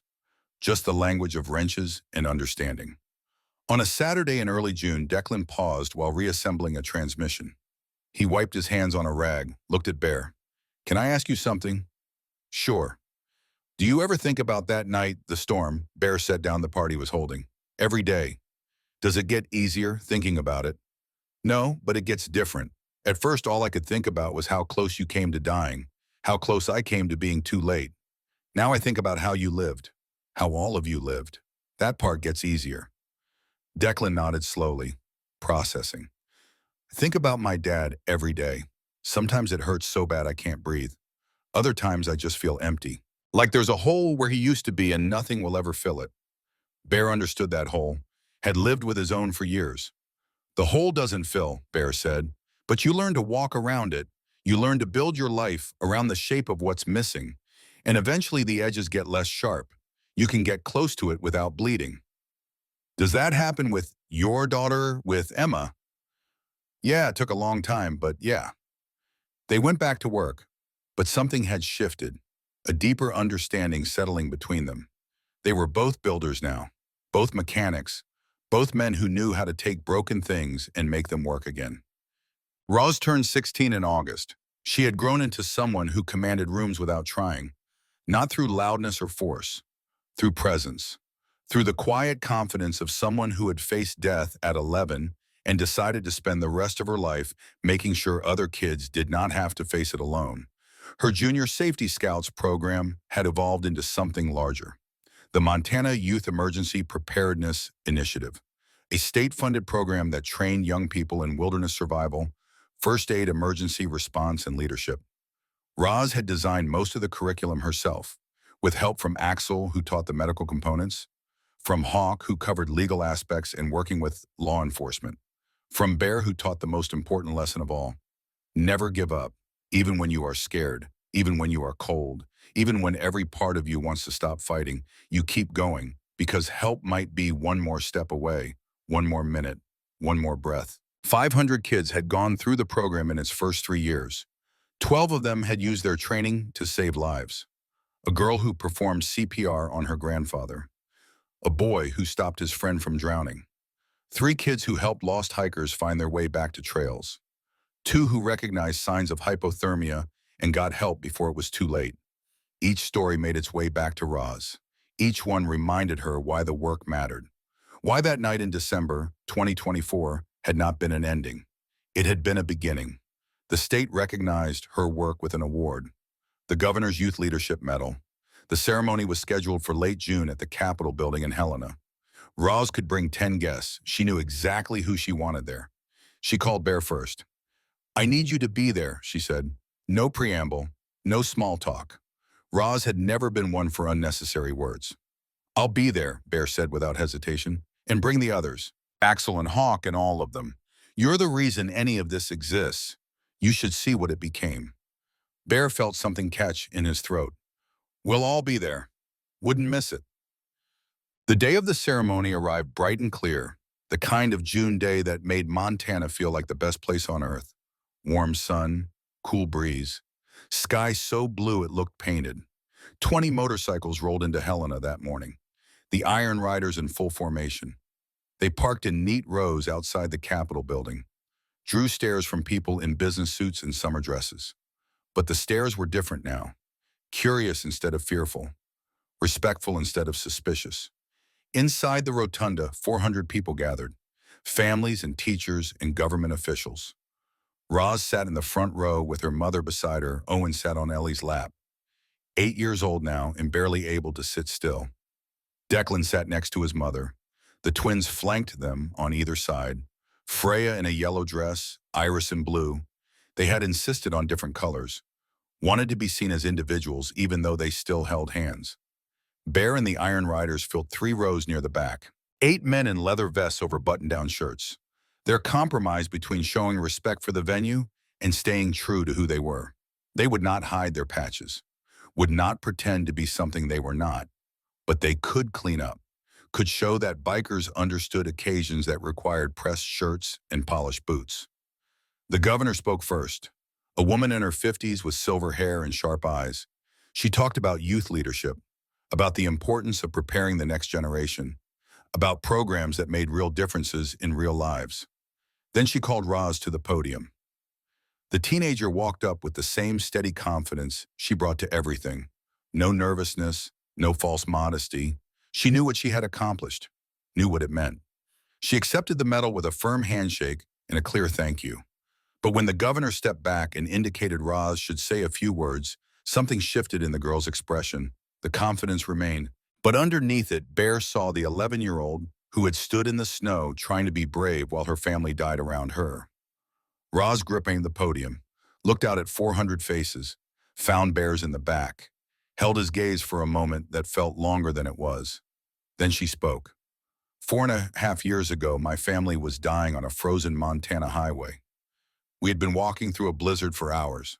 Our car broke down. We had no phone signal, no help coming. The cold was winning.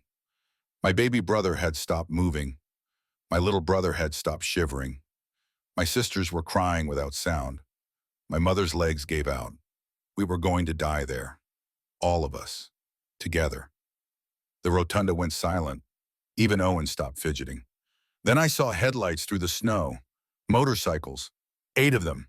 The Iron Riders Motorcycle Club out of Clearwater. They found us. They stopped. They loaded us onto their bikes and rode 3 miles through white hell to get us to shelter. They saved our lives. Roz paused. Her voice was steady, but her hands gripped the podium white-knuckled. The man who led them is named Garrett Thornwood. People call him Bear. He lost his daughter 6 years before he found us. She died in a car accident on Christmas Eve. He was riding behind the car. He watched it happen. He held her hand while she died. For 6 years, he carried that pain, that guilt, that emptiness. Bear felt every eye in the room turned toward him. He kept his gaze on Roz. When Bear saw us on that road, he saw his daughter's face in mine. He saw a chance to save what he could not save before, and he took it. He and his brothers risked their lives to save strangers. They asked for nothing in return. They just helped because helping was the right thing to do. Roz's voice grew stronger.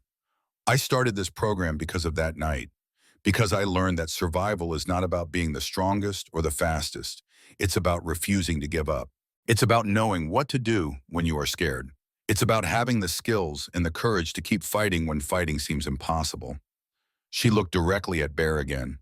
But more than that, I started this program because Bear and his brothers taught me something I will never forget. They taught me that anyone can be someone's angel, that help comes in forms we do not expect, from people we are taught to fear, that the measure of a person is not what they look like or what they wear, it is what they do when someone needs them. The audience erupted in applause, but Roz was not finished. So this medal is not just mine. It belongs to Bear and Axel and Hawk and Winston and Dalton and Mags and every member of the Iron Riders. It belongs to my mother who kept us alive long enough for help to arrive. It belongs to Harold Casper, who opened his motel on the coldest night of the year. It belongs to every person who chooses to stop instead of driving past, who chooses to help instead of looking away. She held up the medal. This is what courage looks like, not a soldier in uniform, not a superhero with a cape, just ordinary people making extraordinary choices in moments that matter. The applause was deafening now. People stood, the governor stood, Ellie was crying, the twins were crying. Even Owen looked moved, though he probably did not fully understand why. Bear stood with his brothers. They did not cheer, did not clap, just stood in respect for a girl who had taken the worst night of her life and turned it into something that saved hundreds of other lives. Roz stepped down from the podium. She walked directly to Bear, stopped in front of him. The medal hung around her neck on a blue ribbon. She took it off, held it out to him. "This is yours." Bear shook his head. "No, you earned that. I earned it because you gave me the chance to. Take it, please." Bear looked at the medal, at the inscription. "For exceptional leadership in service to Montana's youth." He looked back at Roz. "How about we share it?" he said quietly. "You keep it, but know that every time you look at it, we're there too. All of us. Everyone who helped you become who you are." Roz nodded, put the medal back around her neck. Then she hugged him. Bear wrapped his arms around her. This girl who was Emma's age, who had survived when Emma did not, who had become the daughter he never got to watch grow up. "Thank you," Roz whispered, "for everything, for stopping, for believing in me, for showing me what a good man looks like." Bear's voice was rough when he answered, "You did that yourself. I just gave you a chance. You did everything else." The celebration afterward took place at a park near the Capitol. Picnic tables loaded with food, kids running across grass, adults standing in clusters talking about nothing and everything. The kind of gathering that felt like family even when half the people there had met for the first time an hour ago. Bear stood under a tree watching Declan teach Owen how to throw a football. The 8-year-old was terrible at it. The ball went everywhere except where he aimed. But Declan was patient, encouraging, the kind of older brother every kid deserved. Ellie found Bear there. She handed him a bottle of water, stood beside him in comfortable silence. "Quite a speech," Bear said after a while. "She's been working on it for weeks, wanted to get it right." She did. They watched the kids play, watched the families mingle, watched the Iron Riders surrounded by people asking questions about their club, about their work, about what it meant to be a biker in 2029. "I've been thinking about something," Ellie said. "About that night, about all the things that had to happen exactly right for us to survive. Yeah, if the storm had hit an hour earlier, we would have turned back. If it hit an hour later, we would have made it to Billings. If you had stayed in Helena one more hour, you would not have been on that road. If our car had died 5 miles earlier or later, you might have missed us in the storm." She paused. "Sometimes I think Nathan was watching. That he sent you to us because he could not be there himself. That he knew we would need someone exactly like you at exactly that moment." Bear considered this. He was not religious, had stopped believing in divine plans when Emma died. But he could not deny the precision of coincidence that night. the narrow window where disaster and salvation overlapped. Maybe, he said, or maybe the world is just chaos, and sometimes chaos works in our favor. Either way, I'm glad we were there. Glad we stopped. Glad you are all alive. Ellie touched his arm. So am I. Every single day. Shade. As afternoon turned to evening, the crowd began to thin. Families heading home. Kids tired from running. Adults tired from talking. The Iron Riders prepared to ride back to Clearwater. But Roz stopped Bear before he could reach his motorcycle. Wait, I have something for you. She ran to her mother's car, came back with a wrapped package, large and flat, heavy enough that she carried it with both hands. What's this? Open it. Bear unwrapped the paper carefully. Inside was a framed photograph, professional quality, mounted behind glass. The image showed the mile marker 47 memorial stone, the inscription visible and clear. But someone had added something, had placed items around the stone.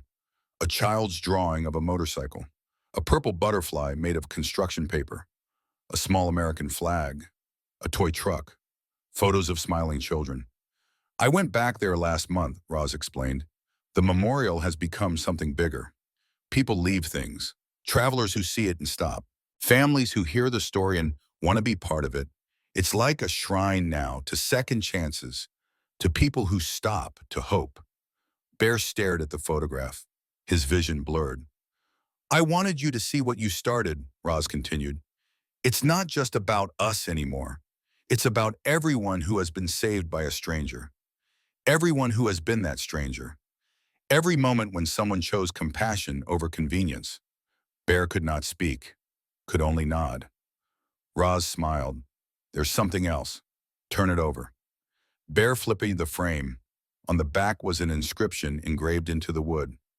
The man who stopped. In memory of Emma Rose Thornwood, whose legacy lives in every life her father saves. Bear's knees went weak. He sat down hard on the curb, the frame resting on his lap. Roz sat beside him, put her arm around his shoulders. Emma didn't die for nothing, Roz said softly. She died so you could save us, so you could save all the people your story has inspired. Her life mattered. Her death mattered. You matter. Bear wept, openly, without shame. Tears he had held back for over a decade. Grief and gratitude mixing together until they were the same thing. Axel appeared on his other side, sat down without a word. Then Hawk, then the others. 8 men on a curb holding space for their brother's pain, their brother's healing. They sat until the tears stopped, until Bear could breathe again, until the weight he had carried for so long felt just a little bit lighter. The ride back to Clearwater was quiet. 8 motorcycles moving through twilight. The sun had set, but the sky still held light. That blue hour when day and night exist together, when the world feels suspended between what was and what will be. Bear led the formation, but his mind was elsewhere. On Emma, on Roz, on the photograph in his saddlebag, on the memorial that had grown from one night into something larger than any of them. He thought about the ripples, the chain reaction that started when he decided to stop instead of passing by. Ellie and her children alive. Roz's program saving hundreds of kids.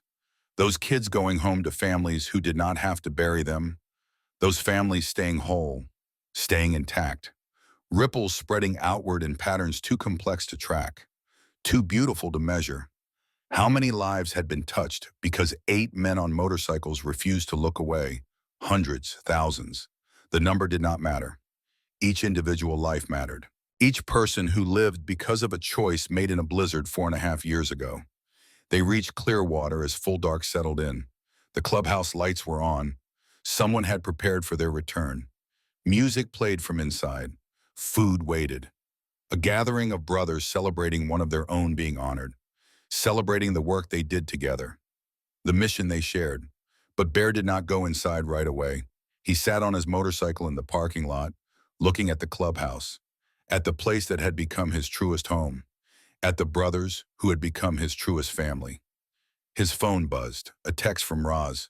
Thank you for coming today. Thank you for being you. Love you, Uncle Bear. Uncle Bear, she had never called him that before. The words hit him harder than expected.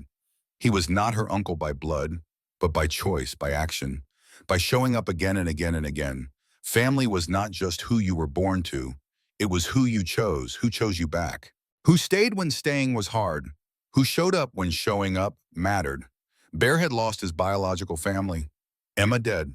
Sarah moved away and remarried. They barely spoke anymore. The pain was too much, the reminders too heavy. They had loved each other once, but sometimes love was not enough to overcome grief. But he had found a different family, brothers in leather, a widow and her 5 children, a community that saw past his appearance to the man underneath, a legacy that would outlive him. That was enough. That was more than enough. That was everything. Christmas Eve arrived cold and clear. 6 years to the day since Emma died. 11 years since the drunk driver crossed the median. Bear woke early in the small apartment above his shop. He dressed in dark jeans and a clean flannel shirt. He grabbed the purple flowers he had bought the day before. Emma's favorite color, always purple. The cemetery was empty when he arrived. Too early for most visitors. The grave stretched across a hillside. White stones marking lives that had ended. Stories that had stopped. Futures that never happened. Emma's stone was near a tree. Bear had chosen the spot carefully. She had loved climbing trees, loved sitting in branches, reading books. This tree would shade her in summer, shelter her in winter, keep her company when he could not be there. He knelt in the snow, placed the purple flowers against the stone, traced her name with his finger. Emma Rose Thornwood, forever 9, forever loved. "Hey, baby girl," he said quietly. "It's been a year since I was here last.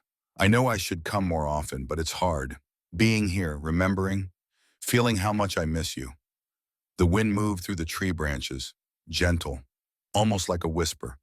"I have so much to tell you, so much has happened. Remember that night I told you about last year?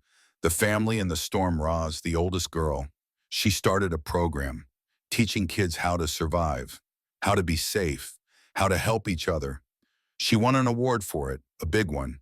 And she said it was because of me, because of us, because of what you taught me about never giving up." Bear's voice cracked, but he kept going. 500 kids have gone through her program. 12 of them used what they learned to save lives. 12 families that are still whole because Roz decided to turn her trauma into something good. Because I was on that highway at that exact moment. Because you prepared me to be there. He wiped his eyes. "I used to think you dying was the worst thing that ever happened, that it was senseless, random, cruel, and it was all those things. But Emma, baby, it was also the thing that made me into someone who could save 6 people, who could inspire a girl to teach hundreds of kids, who could change how people see bikers and strangers and help." Bear looked up at the sky, blue and endless, the same color as Emma's eyes. "Your death had meaning, not because you died, but because I lived. Because I took the pain and the guilt and the grief and I used it. I let it make me someone who stops instead of driving past, who helps instead of looking away, who shows up when showing up is hard." He placed his hand on the cold stone. "I know you are proud of me. Roz told me you would be, and I think she is right. I think you have been watching. I think you sent me to that highway, sent me to that family, used me to save them because that is who you were. Someone who cared about people, who wanted everyone to be okay, who believed in helping." The wind picked up, snow swirled around him, but Bear did not feel cold. "I love you, baby girl. I miss you every single day. That will never change. But the missing does not hurt as much as it used to, because you are still with me. In every choice I make, in every person I help, in every life that is better because you were my daughter." He stood, kissed his fingers, pressed them to her name on the stone. "Merry Christmas, Emma. I will see you next year." Bear turned to leave. Then he heard tires on gravel. He looked toward the cemetery entrance. A familiar car pulled in. Ellie's rental, the car parked, doors opened, 6 people stepped out. Ellie and all 5 children. They walked toward him through the snow. Roz carried flowers, white roses. Owen held a small stuffed bear. Declan had a card. They stopped a few feet from Emma's grave. Respectful, waiting for permission. "We didn't want you to be alone today," Ellie said softly. "Not on Christmas Eve. Not at Emma's grave." Bear's throat was too tight to speak. He nodded. Roz stepped forward, placed the white roses beside Bear's purple flowers. "For Emma," she said, "from the family she saved through her father." Declan placed the card against the stone. It was handmade, construction paper and marker. The twins' artwork, butterflies and flowers, and the words, "Thank you, Emma," in careful letters. Owen handed his stuffed bear to Bear. "For Emma, so she has someone to hug." Bear took the toy, placed it carefully against the headstone. It sat there looking small and soft against the cold marble. They stood together in silence. A widow and her 5 children, a biker who had lost his daughter, all of them connected by one night when the world could have ended but did not. Ellie took Bear's hand. Roz took his other hand. The children formed a circle around Emma's grave, holding hands, making a chain. The same formation they had used to survive the storm. "Thank you, Emma," Ellie said, "for giving us your father when we needed him most, for preparing him to be our angel, for teaching him to stop, to help, to care. We will never forget you. We will never forget what your life meant, what your death made possible." They stood until the cold became too much, until Owen started shivering, until the moment felt complete. As they walked back to the cars, Roz fell into step beside Bear. "Does it help knowing that her death led to us living?" Bear thought about the question, gave it the weight it deserved. "It doesn't make her death okay. Nothing will ever make that okay. But it gives it context, meaning, purpose. It makes my survival bearable. Because I am not just the father who lost a child. I am the man who saved 6 people because losing my child taught me the value of every single life." Roz nodded. "That makes sense." They reached the cars. Ellie had brought thermoses of hot chocolate. She poured cups for everyone. They stood in the cemetery parking lot drinking cocoa in the cold Christmas Eve morning, breathing steam, watching the sun rise over the hills. "Come to Lillian's for dinner tonight," Ellie said. "We are having a small thing. Just family. We would love for you to be there." Bear started to decline. He always spent Christmas Eve alone. It was his ritual, his penance, his way of honoring Emma's memory. But this year felt different. This year he understood that honoring her memory did not mean suffering alone. It meant living fully, connecting deeply, being present with the people his daughter had helped him save. "I would like that," Bear said. "Thank you." That evening, Bear rode to Billings. The Iron Riders came with him. All 8 of them. Brothers who understood that family dinners were sacred, that being included mattered, that sometimes the greatest gift you could give someone was showing up. Lillian's house was small, but it held 15 people without feeling crowded. The Iron Riders filled the living room, their leather vests hanging on coat hooks by the door, their voices mixing with children's laughter and kitchen sounds and Christmas music playing softly. Dinner was roast chicken and mashed potatoes, green beans and rolls, simple food made special by the company, by the gratitude that saturated every conversation, by the knowledge that 6 of the people at this table should not be here but were. After dinner, Roz stood up, clinked her glass with a spoon. The room went quiet. "I have an announcement," she said, "and a gift." She pulled a wrapped package from under the tree, large and flat, similar to the one she had given Bear in June. She handed it to him. "This is for all of you, for the Iron Riders, for what you did and what you keep doing." Bear unwrapped it slowly. The other bikers gathered around. Inside was a book, hardcover, professional binding. The title embossed in silver letters. "The Man Who Stopped a Story of Angels in Leather." By Rosalind Brennan. Bear stared at the cover. It showed a photograph of motorcycles in snow, 8 headlights cutting through white darkness. "Open it," Roz said. Bear opened to the dedication page. Read it aloud. "For Garrett Bear Thornwood in the Iron Riders Motorcycle Club, who taught me that heroes wear leather, that angels ride motorcycles. That help comes from the most unexpected places. And for Emma Rose Thornwood, whose legacy lives in every life her father saves. This story is yours." Bear flipped up through the pages. It was all there.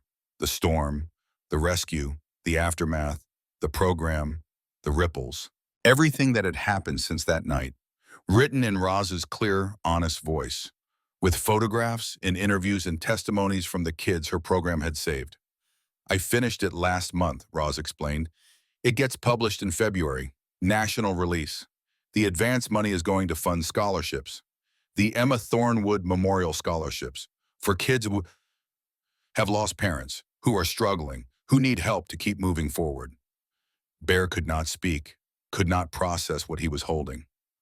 A book, a legacy, Emma's name in print ensuring she would never be forgotten. Axel placed his hand on Bear's shoulder.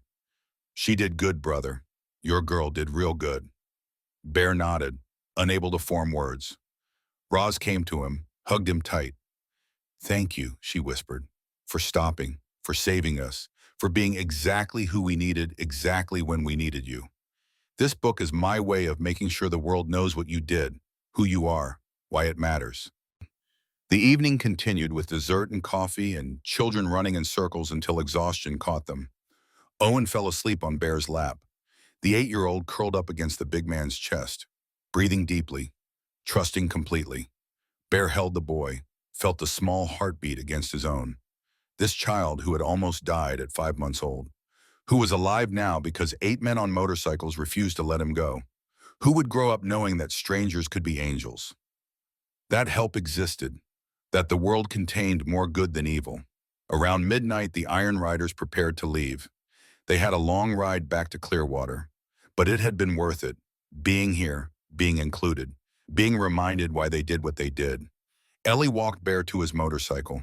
The night was cold but clear, stars visible in patterns that made the universe feel close and infinite at the same time. Thank you for coming, Ellie said, for being part of this, part of us. I thank you for including me, for letting me be Uncle Bear, for making me family. You earned that, the night you stopped, the moment you chose to help. You became family then. Everything since has just been honoring what was already true. She hugged him. Bear hugged her back.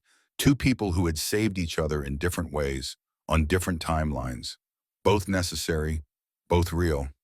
The convoy pulled out, 8 motorcycles rumbling through the quiet Billings streets, heading south toward home. Bear rode with the book in his saddlebag. Roz's words pressed against his back. Emma's name carried forward into a future that would remember her. Remember them all. He thought about ripples again, about chain reactions, about the moment one person's choice intersects with another person's need and creates something larger than either of them alone. He had stopped on a highway 4.5 years ago. That choice saved 6 lives. Those 6 lives went on to touch hundreds more. Those hundreds would touch thousands. The mathematics of compassion were exponential, infinite, unmeasurable. And it all started with one moment, one decision, one man who saw people suffering and refused to look away. Bear understood now what Emma had been trying to tell him with her last look. She had not been asking why he did not save her. She had been telling him to save someone else, to use his pain, to let his grief become purpose, to be there for the next person who needed him. His daughter's final gift was teaching him how to stop, how to see, how to help. She prepared him for that exact moment on that exact highway. She made him into the man who could save Eleanor Brennan and her 5 children. And in saving them, he saved himself. The book released in February to unexpected success. It climbed bestseller lists, generated thousands of reviews, inspired news stories and podcast interviews and speaking requests. Roz handled it all with the same steady confidence she brought to everything else. But the real impact was quieter, more personal. Letters arrived at the Iron Riders Clubhouse from people who had read the book, who had been inspired to start their own programs, to volunteer, and to stop for strangers, to be the help they wished had been there when they needed it. A man in Oregon wrote about pulling over for a stranded family because he remembered Bear's story. A woman in Minnesota started a motorcycle club dedicated to escorting abuse victims to safe houses. A teenager in Texas began teaching survival skills at his high school because Roz's example showed him it was possible. The ripples continued spreading, wider and wider, further than any of them could track. In April, the Emma Thornwood Memorial Scholarships awarded their first recipients. 25 kids who had lost parents, who were struggling financially, who deserved a chance to keep moving forward. Each scholarship came with a copy of Roz's book and a letter from Bear explaining why Emma's memory mattered, why their lives mattered, why they should never give up. Bear attended the award ceremony, met each scholarship recipient, looked them in the eyes and told them the same thing he told himself every day. You are here for a reason. Your life matters. Whatever you have survived has prepared you for something important. Do not waste it. Do not hide from it. Use it. Let it make you into someone who helps, someone who stops, someone who shows up. The kids listened. Some cried, some nodded, some shook his hand with grips that said they understood. They would remember. They would carry this forward. Mayo. Summer arrived again. The Iron Riders prepared for their annual ride. Bigger now. Over 300 motorcycles from 8 states. They would ride from Clearwater to Helena, stopping at the mile marker 47 Memorial, ending at the Children's Hospital for the charity event that had started everything. The night before the ride, Bear sat in the clubhouse looking at the wall of photographs. The collection had grown. Pictures of kids they had helped, families they had supported, events they had hosted, lives they had touched. And there in the center, the original photograph from the spring cookout 4.5 years ago, Ellie and her children, 8 bikers, all of them smiling, all of them alive. Beside it now hung the cover of Roz's book, and next to that a framed copy of Emma's obituary, her school picture, her bright smile and purple shirt, forever 9, forever loved. The 3 images together told a complete story. Loss in rescue, in legacy. Pain transformed into purpose. Death giving meaning to life in ways no one could have predicted. Bear stood alone in the quiet clubhouse. He raised a glass of water. To Emma, he said to the photographs, to the empty room, to the daughter who would never grow old, but whose impact would never fade. Thank you for making me into someone worth being. Thank you for teaching me to stop. Thank you for every life I have saved because you prepared me to save them. He drank, set the glass down, turned off the lights. Tomorrow he would ride, with his brothers beside him, with Ellie and her children following in a car, with hundreds of bikers who understood that their appearance scared people, but their actions could change worlds. They would stop at the memorial. They would honor the moment. They would continue forward, because that is what they did. They showed up. They stayed. They helped. They stopped. And in stopping, they saved not just the people in front of them, but themselves, their communities, their world. One choice at a time, one moment at a time, one person at a time. Bear walked out of the clubhouse into the Montana night. The stars burned overhead, infinite and eternal.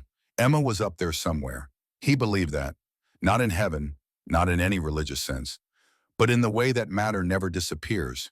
It just changes form, becomes something else, something new. Emma had changed form, had become purpose, had become the force that pushed Bear toward that highway, that gave him strength to carry children through storms, that made him into someone who understood the sacred responsibility of survival. She lived in every kid who went through Roz's program, in every scholarship recipient, in every person who read the book and decided to be better, to help more, to stop when stopping mattered. His daughter was not gone. She had multiplied, had become hundreds of lives, thousands, an infinite chain of moments when her memory pushed someone toward compassion instead of convenience. That was immortality, not living forever, but living in the actions of others, in the choices your existence inspires, in the ripples that never stop spreading. Bear started his motorcycle. The engine roared, familiar, honest, true. He rode home through the darkness, not running from anything, not chasing anything, just riding, present, grateful, at peace. Tomorrow he would ride again, with his family beside him, with his daughter's memory pushing him forward, with the knowledge that sometimes the worst moments of our lives prepare us for the best moments of someone else's. And that was enough. That was more than enough. That was everything. The man who stopped kept moving. But he stopped whenever stopping mattered, and that made all the difference.